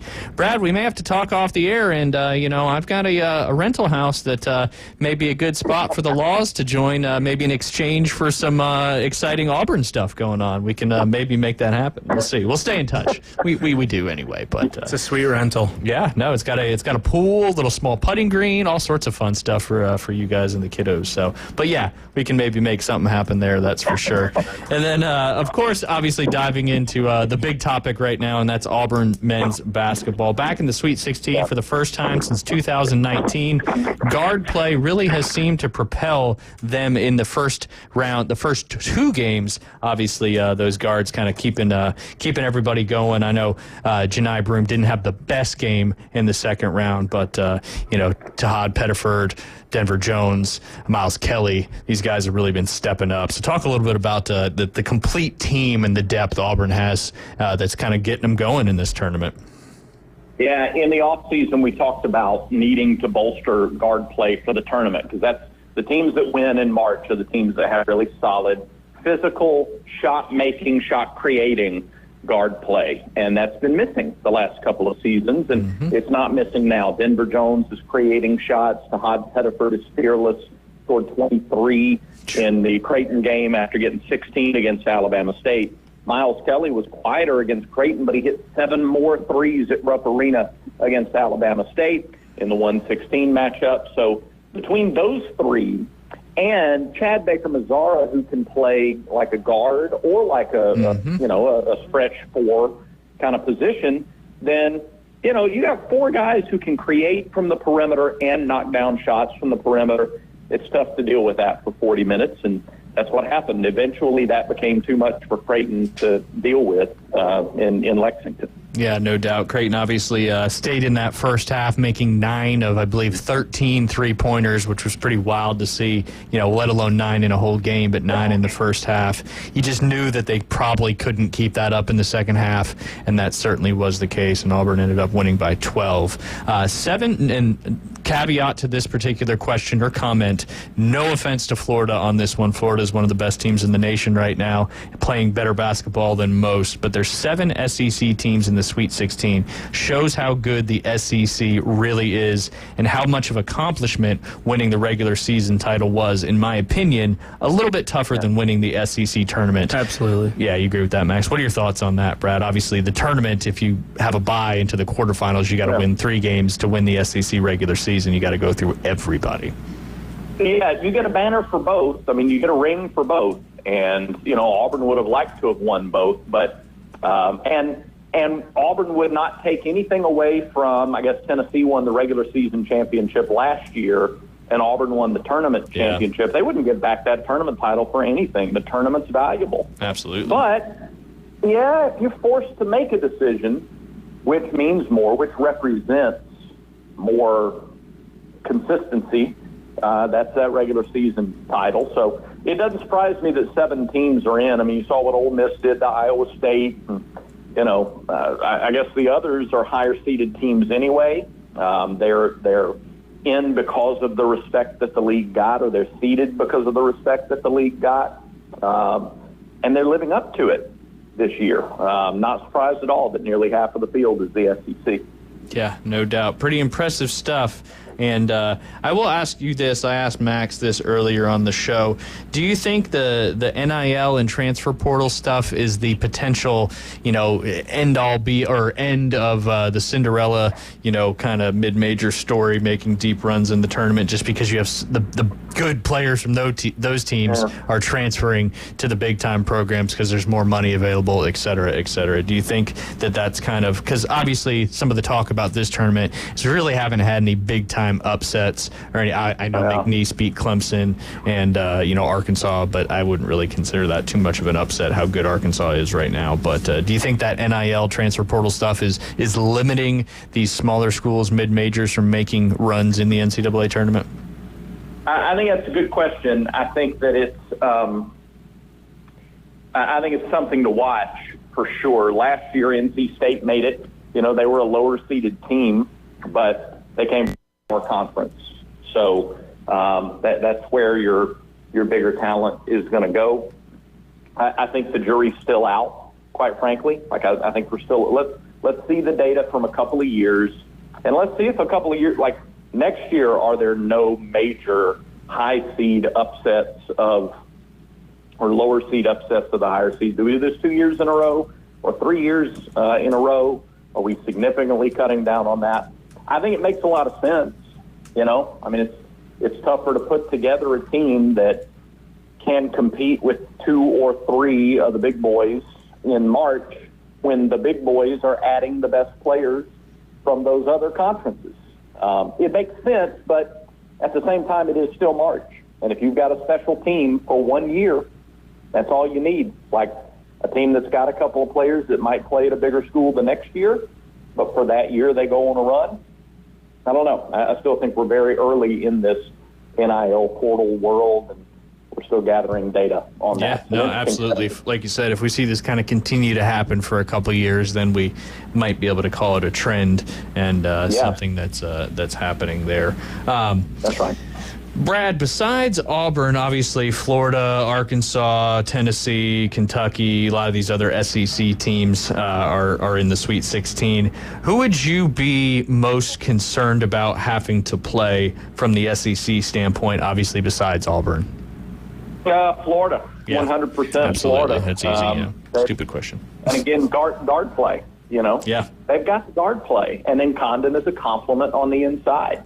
And I think that's what you got to see. Auburn's got to start playing guard first and then be glad they have the best player in college basketball as an inside complement.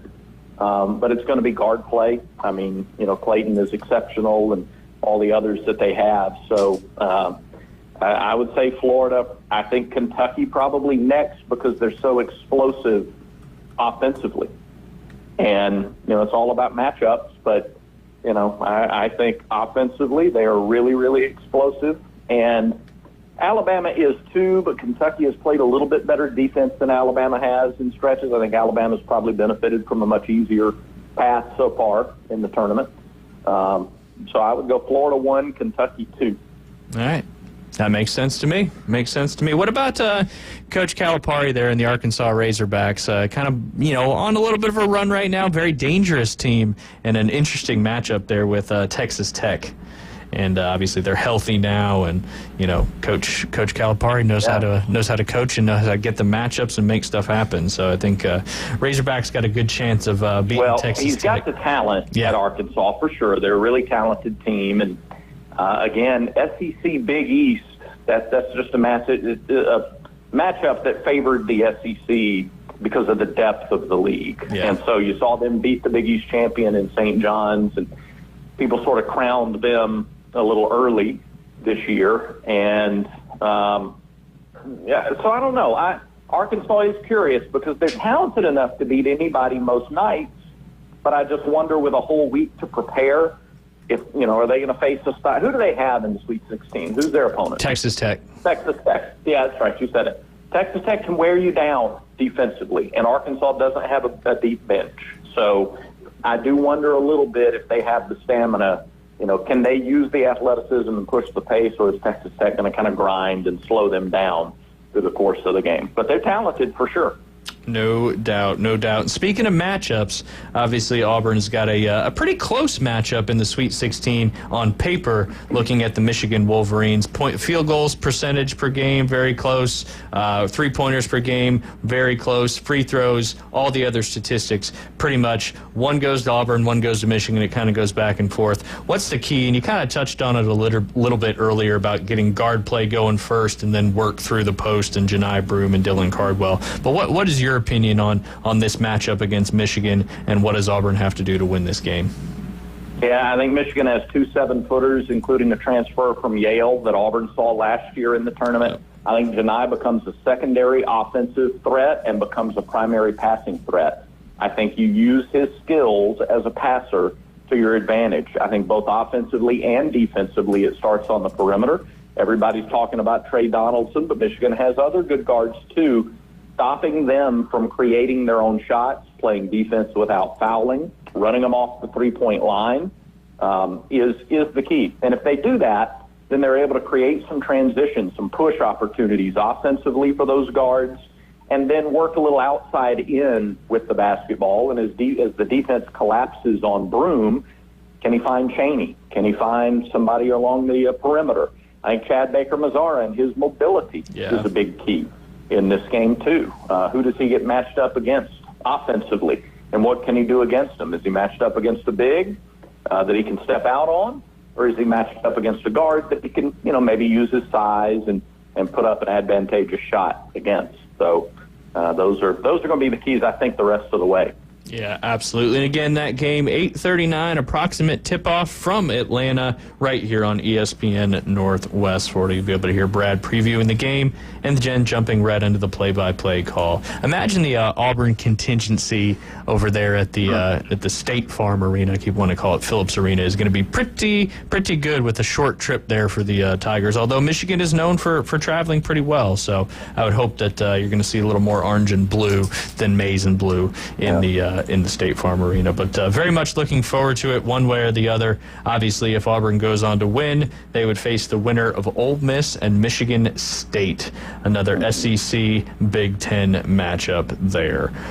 So a lot of fun still to come here in the tournament. A lot of SEC teams. Heck, we could have an SEC Final Four, which would be pretty wild stuff there. That is for sure. I'm going to pivot to baseball real quick. The latest poll that came out yesterday, Auburn's moved all the way up to number 11 in the D1 coaches poll there, and the SEC has 10 teams in the top 25. Just another sport being significantly represented in the top 25 by the SEC. But talk about some of the recent success that Auburn baseball's had, and talk about some of the series they've got coming up. I know they're started the SEC conference play and are getting into it with another very, very tough conference schedule. Yeah, just come off of a weekend in Lexington, Kentucky. So just as basketball was there, baseball was there too. baseball actually went to Rupp the Arena entire and team went, right? Yeah, watched the second half of the win over Creighton. 2 one-run wins over Kentucky, and then lost the finale on Sunday. It got moved up 3 hours because of weather that was coming in. A lot of back and forth, really a dramatic series. Folks can go back and read recaps on it and see what we mean by that. But a lot of character-building moments for this team. They take 2 out of 3. Going back to last year, this team has won 8 straight weekends. The last 2 from last season, and then all 6 so far this year. 2-0 in SEC series. They've beaten Vanderbilt and Kentucky, now back-to-back weekends. And now you get some real heavy hitters coming up. Georgia on the road this weekend, Alabama at home the following weekend, LSU at home the weekend after that, and then at Texas.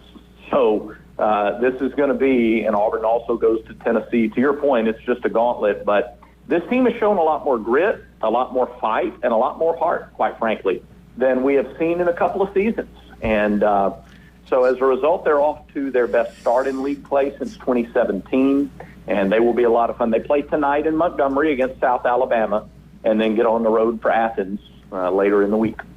Man, exciting stuff there up on the Plains, not only for basketball, but baseball as well. So things are rocking and rolling for the Auburn Tigers there, and looking forward to hopefully getting another victory coming up this Friday. And, it's been a little while. Hard to believe it's been since 2019. We've been in the Sweet 16, and we remember what happened in 2019 all the way to the national championship with Virginia, and a little bit of a controversial ending, if I remember it correctly. I was actually in Biloxi at the time, so I was betting some money in the sports book over there, and I remember the UNC victory was a good one. It was a good money line victory there. So hopefully Auburn can keep that up this year as well. And Brad, hopefully you can get down to the beach sometime soon. We'd love to maybe have you come in studio if it works out, something like that. That'd be a lot of fun.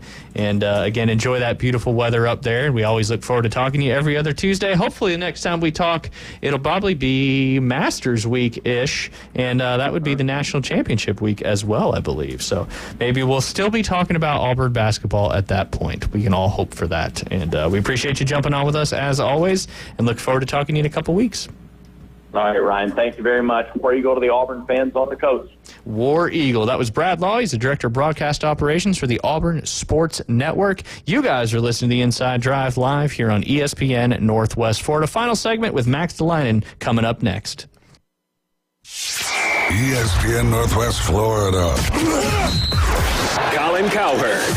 The ratings are in for the first weekend. Viewership for the first day, all-time high. By the way, there are no have-nots. Yes, America likes to watch Duke, Kentucky, Kansas, Michigan State, Arizona more than Drexel, Lipscomb, and Wofford. Who knew? The Herd with Colin Cowherd. Weekdays, ESPN Northwest Florida.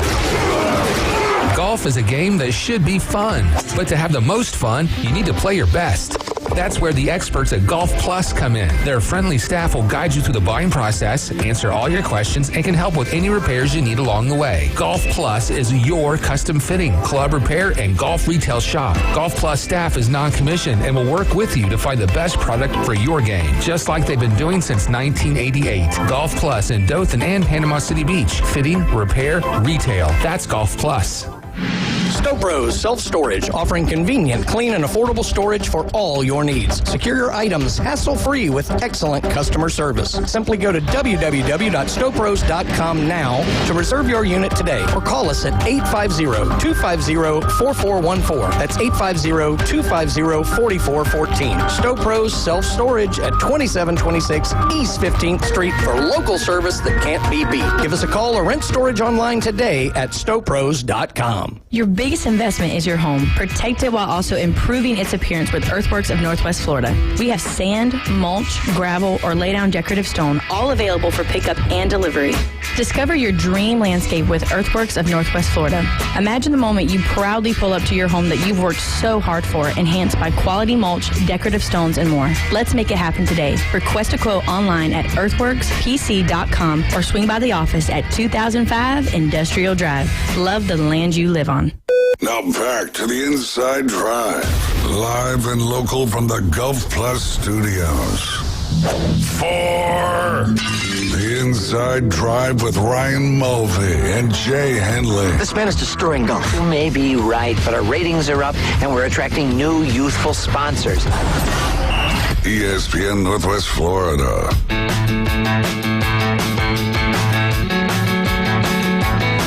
And welcome back. You listen to the Inside Drive live here on ESPN Northwest Florida. Final segment of this Tuesday afternoon. Good luck to all the Southern Elite Sports volleyball players that their season gets underway tonight. The spring volleyball season should be a lot of fun, a lot of action coming up tonight over there at First United Methodist. So should be a lot of fun. Jumping into some of the local sports that transpire. We only had one game that I have following in mind from yesterday, and let's see what that was. That was Mosley and Sequoia in varsity baseball. Mosley got the dub 4-2, now improves to 10-8 on the season. South Walton continues to roll 12-3 against Edgewood Academy. That's a pretty wild score there. A team that was 9-4 going into, or 10-3 going into that game. South Walton now improves to 12-3, and I know they're ranked pretty high in the state right now. And then Arnold Marlins improved to 13-5 after a 14-3 victory yesterday over the Bay Tornadoes. It's got 3 games coming up between baseball and softball. North Bay Haven on Max Preps, it says TBA, so I'm not really sure who that is, but North Bay Haven 10-3 on the season. Arnold baseball will take on South Walton again. I know they had a tough early season matchup. I think they lost that one 11-1. TBA's just got to be like to be announced, right? Yes. Tyndall Bridge Academy. Oh, it really is? No, but it sounded good. Oh, I didn't hear what you said. I listened to it, Tyndall Bridge Academy. Yeah. You were like, Tampa Bay. Okay, sure. Tampa Bay Academy. There you go. But Arnold trying to get some revenge from an earlier loss at home this year to South Walton. That'll be a good game over there at South Walton. Again, Arnold 13-5, South Walton 12-3. And then on baseball, Bozeman 15-2. Fantastic record. Fantastic season again for Coach Jeff Patton and the Bozeman Bucks. They'll take on Sequoia at 6:30 p.m. coming up tonight. Let me see if I can find out real quick what South Walton is ranked in the state. If I navigate, they are number 2 in all of 3A and number 8 in the state of Florida. So kudos to the South Walton baseball team and the success that they are having so far in this season. Max, Ryan, who's Aaron Rodgers going to? Oh my gosh.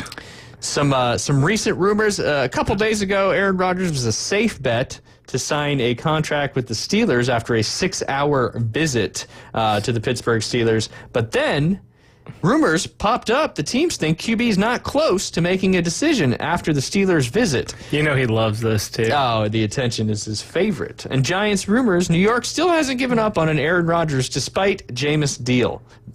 So we'll see. I'm happy for Jameis. Yeah, I love Jameis. He got what, like $8 million total, $4 million a year? Yeah, 2-year, $8 million. I think like 4 or 6 is guaranteed. I'm happy for him. Good for him. He's so likable. I mean, he's fun to hear his speeches and all. He's a good guy for your locker room. He is. And we'll see what happens. Obviously, the draft could have a lot to do with what happens with Aaron Rodgers. Yeah, but, I like him at the Steelers. I mean, you got the 2 biggest goons coming out there, DK and Pickens, just tossing people out there. That's right. I like that, goons. Yeah, I don't know like any other. I mean, if you ever watch Pickens on any turnover, it's hilarious.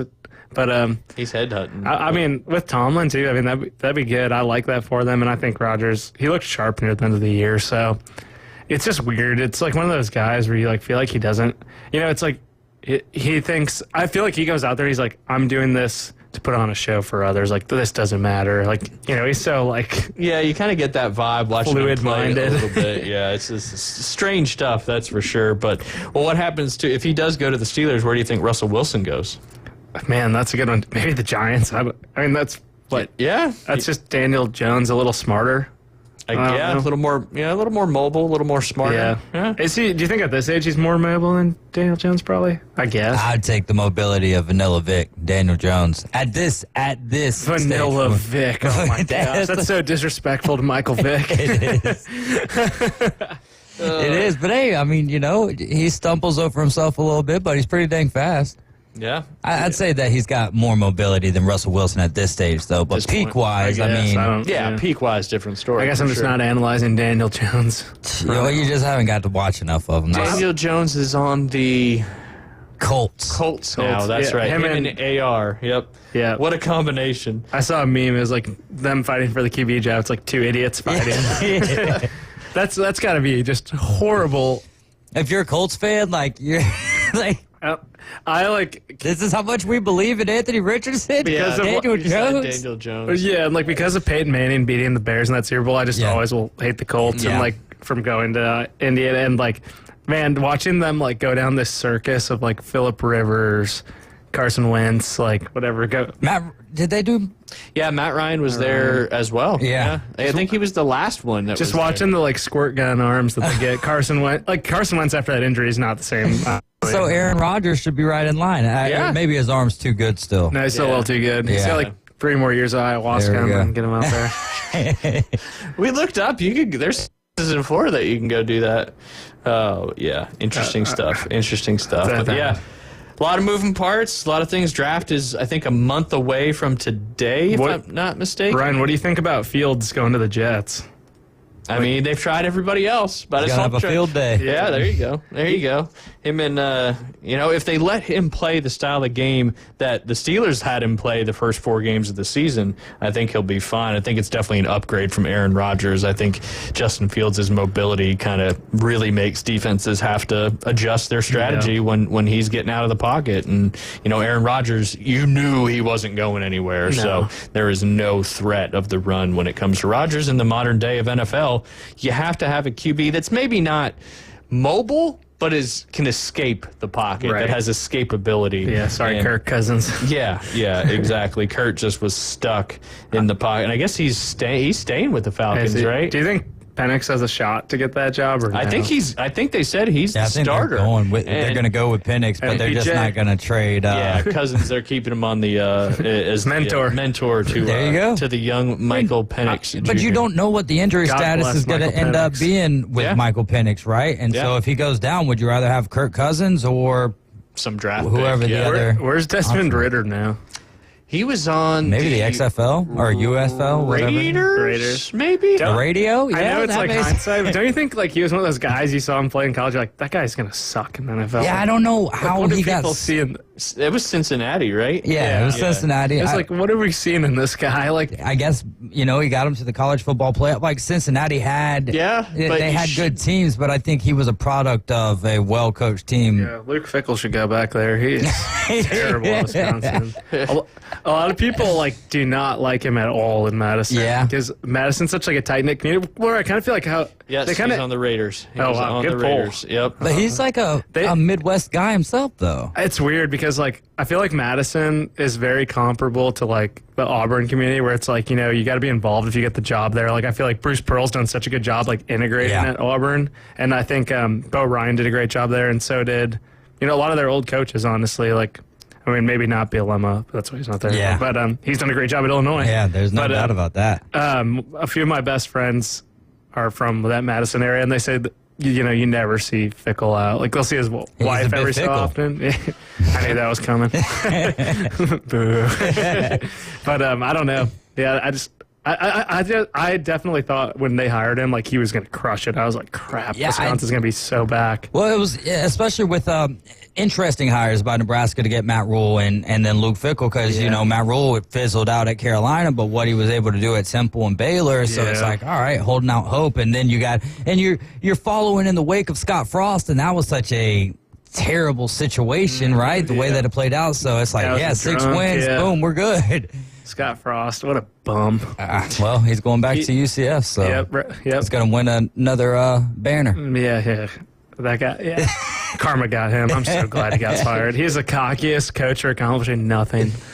Hey, you got to have a little bit of that edge, though. That's for sure. He said in the Big Ten meetings, his second season, he's like, how come how come Nebraska always gets Michigan, Ohio State, and we don't get the cupcakes like Indiana in the East? And I was like, all right, enemy number one, Scott Frost. We beat him by 2 scores at Nebraska. I was like, nice. But I guess Nebraska is pretty similar. Nebraska football is kind of like Indiana basketball. It has been, was. Will Used it to be again? Yeah. Probably not. Well, for your case, I hope basketball gets back on the Thanks, me too. on the right track. That's for sure. Oh, real quick, I meant to hit it earlier. Just updating everybody on the. We talked about the top 10 with Brad, or the top 25 with Brad Law. 10 SEC teams in there right now, with 3 of those SEC teams being in the top 3. Tennessee has moved to number 1 in the latest poll with a 22-2 record. Arkansas went from 3 to number 2 with a 23-2 record. Georgia Bulldogs, they're not driving a whole lot fast there on the baseball team, so they're 24-2 and number 3 in the country right now.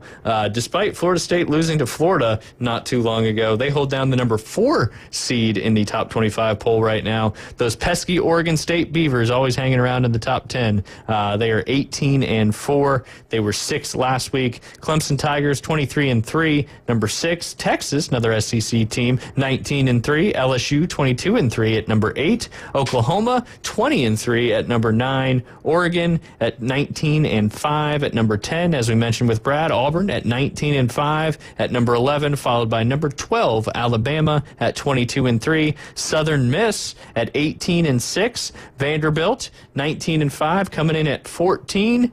And then, if I can read correctly, Ole Miss 18-5 at 15. Wake Forest 19-6, 16. David Hayes' favorite, Dallas Baptist University, but we like to call them DBU, 16-7 at number 17. The Louisville Cardinals 18-5, cracking that top 25. They were 16th last week, dropped a couple spots. UC Irvine, Max, what's UC Irvine's mascot? Oh.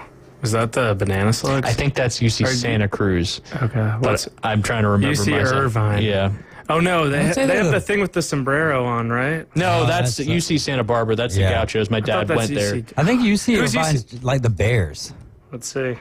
What's UC Davis? The Davis Sons. The Daves. The Daves. UC Irvine Anteaters. Anteaters, that's right. I knew it was a funky one. That's why I asked, but I thought it was the simple one. Yeah, no. But I guess all those UCs are like UC Davis is the Aggies. There you go. You got the Gauchos, you got the Banana Slugs, you got the Anteaters, you got the Bears. The Aggies is like the Bears/Reds logo with an A in it. I don't know what's going on there. Interesting. crazy. Interesting. I guess for Aggies. What? I don't know. What about the? There needs to be a UC UC California Caterpillars and Cocoons. That could be their nickname. Caterpillars and Cocoons. CNC Music Factory, the old California. Yeah, but speaking of those pesky Gauchos, they've dropped out of the top 25 rankings, so I've been able to kind of get my dad on that one. UC Irvine is 19, Stanford 20, North Carolina 21. The Troy Trojans from just up the road hanging in there at number 22. Coastal Carolina has dropped from the rankings, so is UC Santa Barbara, Florida, and Virginia. Pretty wild. Florida has dropped out of the top 25. Arizona at 23, UCLA 24, and the Ramblin' Wreck from Georgia Tech at number 25. Over there on the softball side of things, we got Texas, Oklahoma, LSU, Florida, Texas A&M, Oregon, UCLA, Florida State, Arizona, Tennessee is number 10, South Carolina at 11, Virginia Tech, Texas Tech, Arkansas, Oklahoma State, Stanford, Georgia, Mississippi State, Duke, Nebraska, Ole Miss, Virginia, Ohio State, Liberty in there in the top 25, and Alabama coming in at number 25. So what's that? 1, 2, 3, 4, if I can do this, 5, 6, 7, 8, 9, 10. You got 10 SEC teams in baseball top 25 and 10 SEC teams in softball top 25. Don't forget, coming up tomorrow, we'll have Keith Flooding joining us from 12 to 12:40, giving us all your DFS action coming up for the, I believe it's the Children's Hospital, Texas. The name's changed so much. I used to know it as the, no, that's the Shell Houston Open. That's not the one this week. But we got a big golf show coming up tomorrow. I'll be joining Keith on his podcast, or on our podcast, as he always likes to tell me to say, with 2 Off the Tee coming up tonight. You can watch that at fantasy6pack.net. We'll be breaking down all the betting plays, DFS action, and then, of course, talking about some of the new developments in the world of golf, like old Vanessa now dating old Tigre. I know you're going to ask Alan about that on Thursday. Oh, yeah. Well, I don't have a show on Thursday, so I have to figure it out. Yeah, there you go. Well, you ask Friday. There you go. You ask him. If he's listening now, he already knows because I broke the news. Max, appreciate you hanging out with us Absolutely. today. Thanks Always for a having pleasure. me. Yeah, no, absolutely. Absolutely. Love the show. Afternoon Underdogs coming up at 4. We'll be back tomorrow at 11. Y'all take care. Enjoy the weather out there.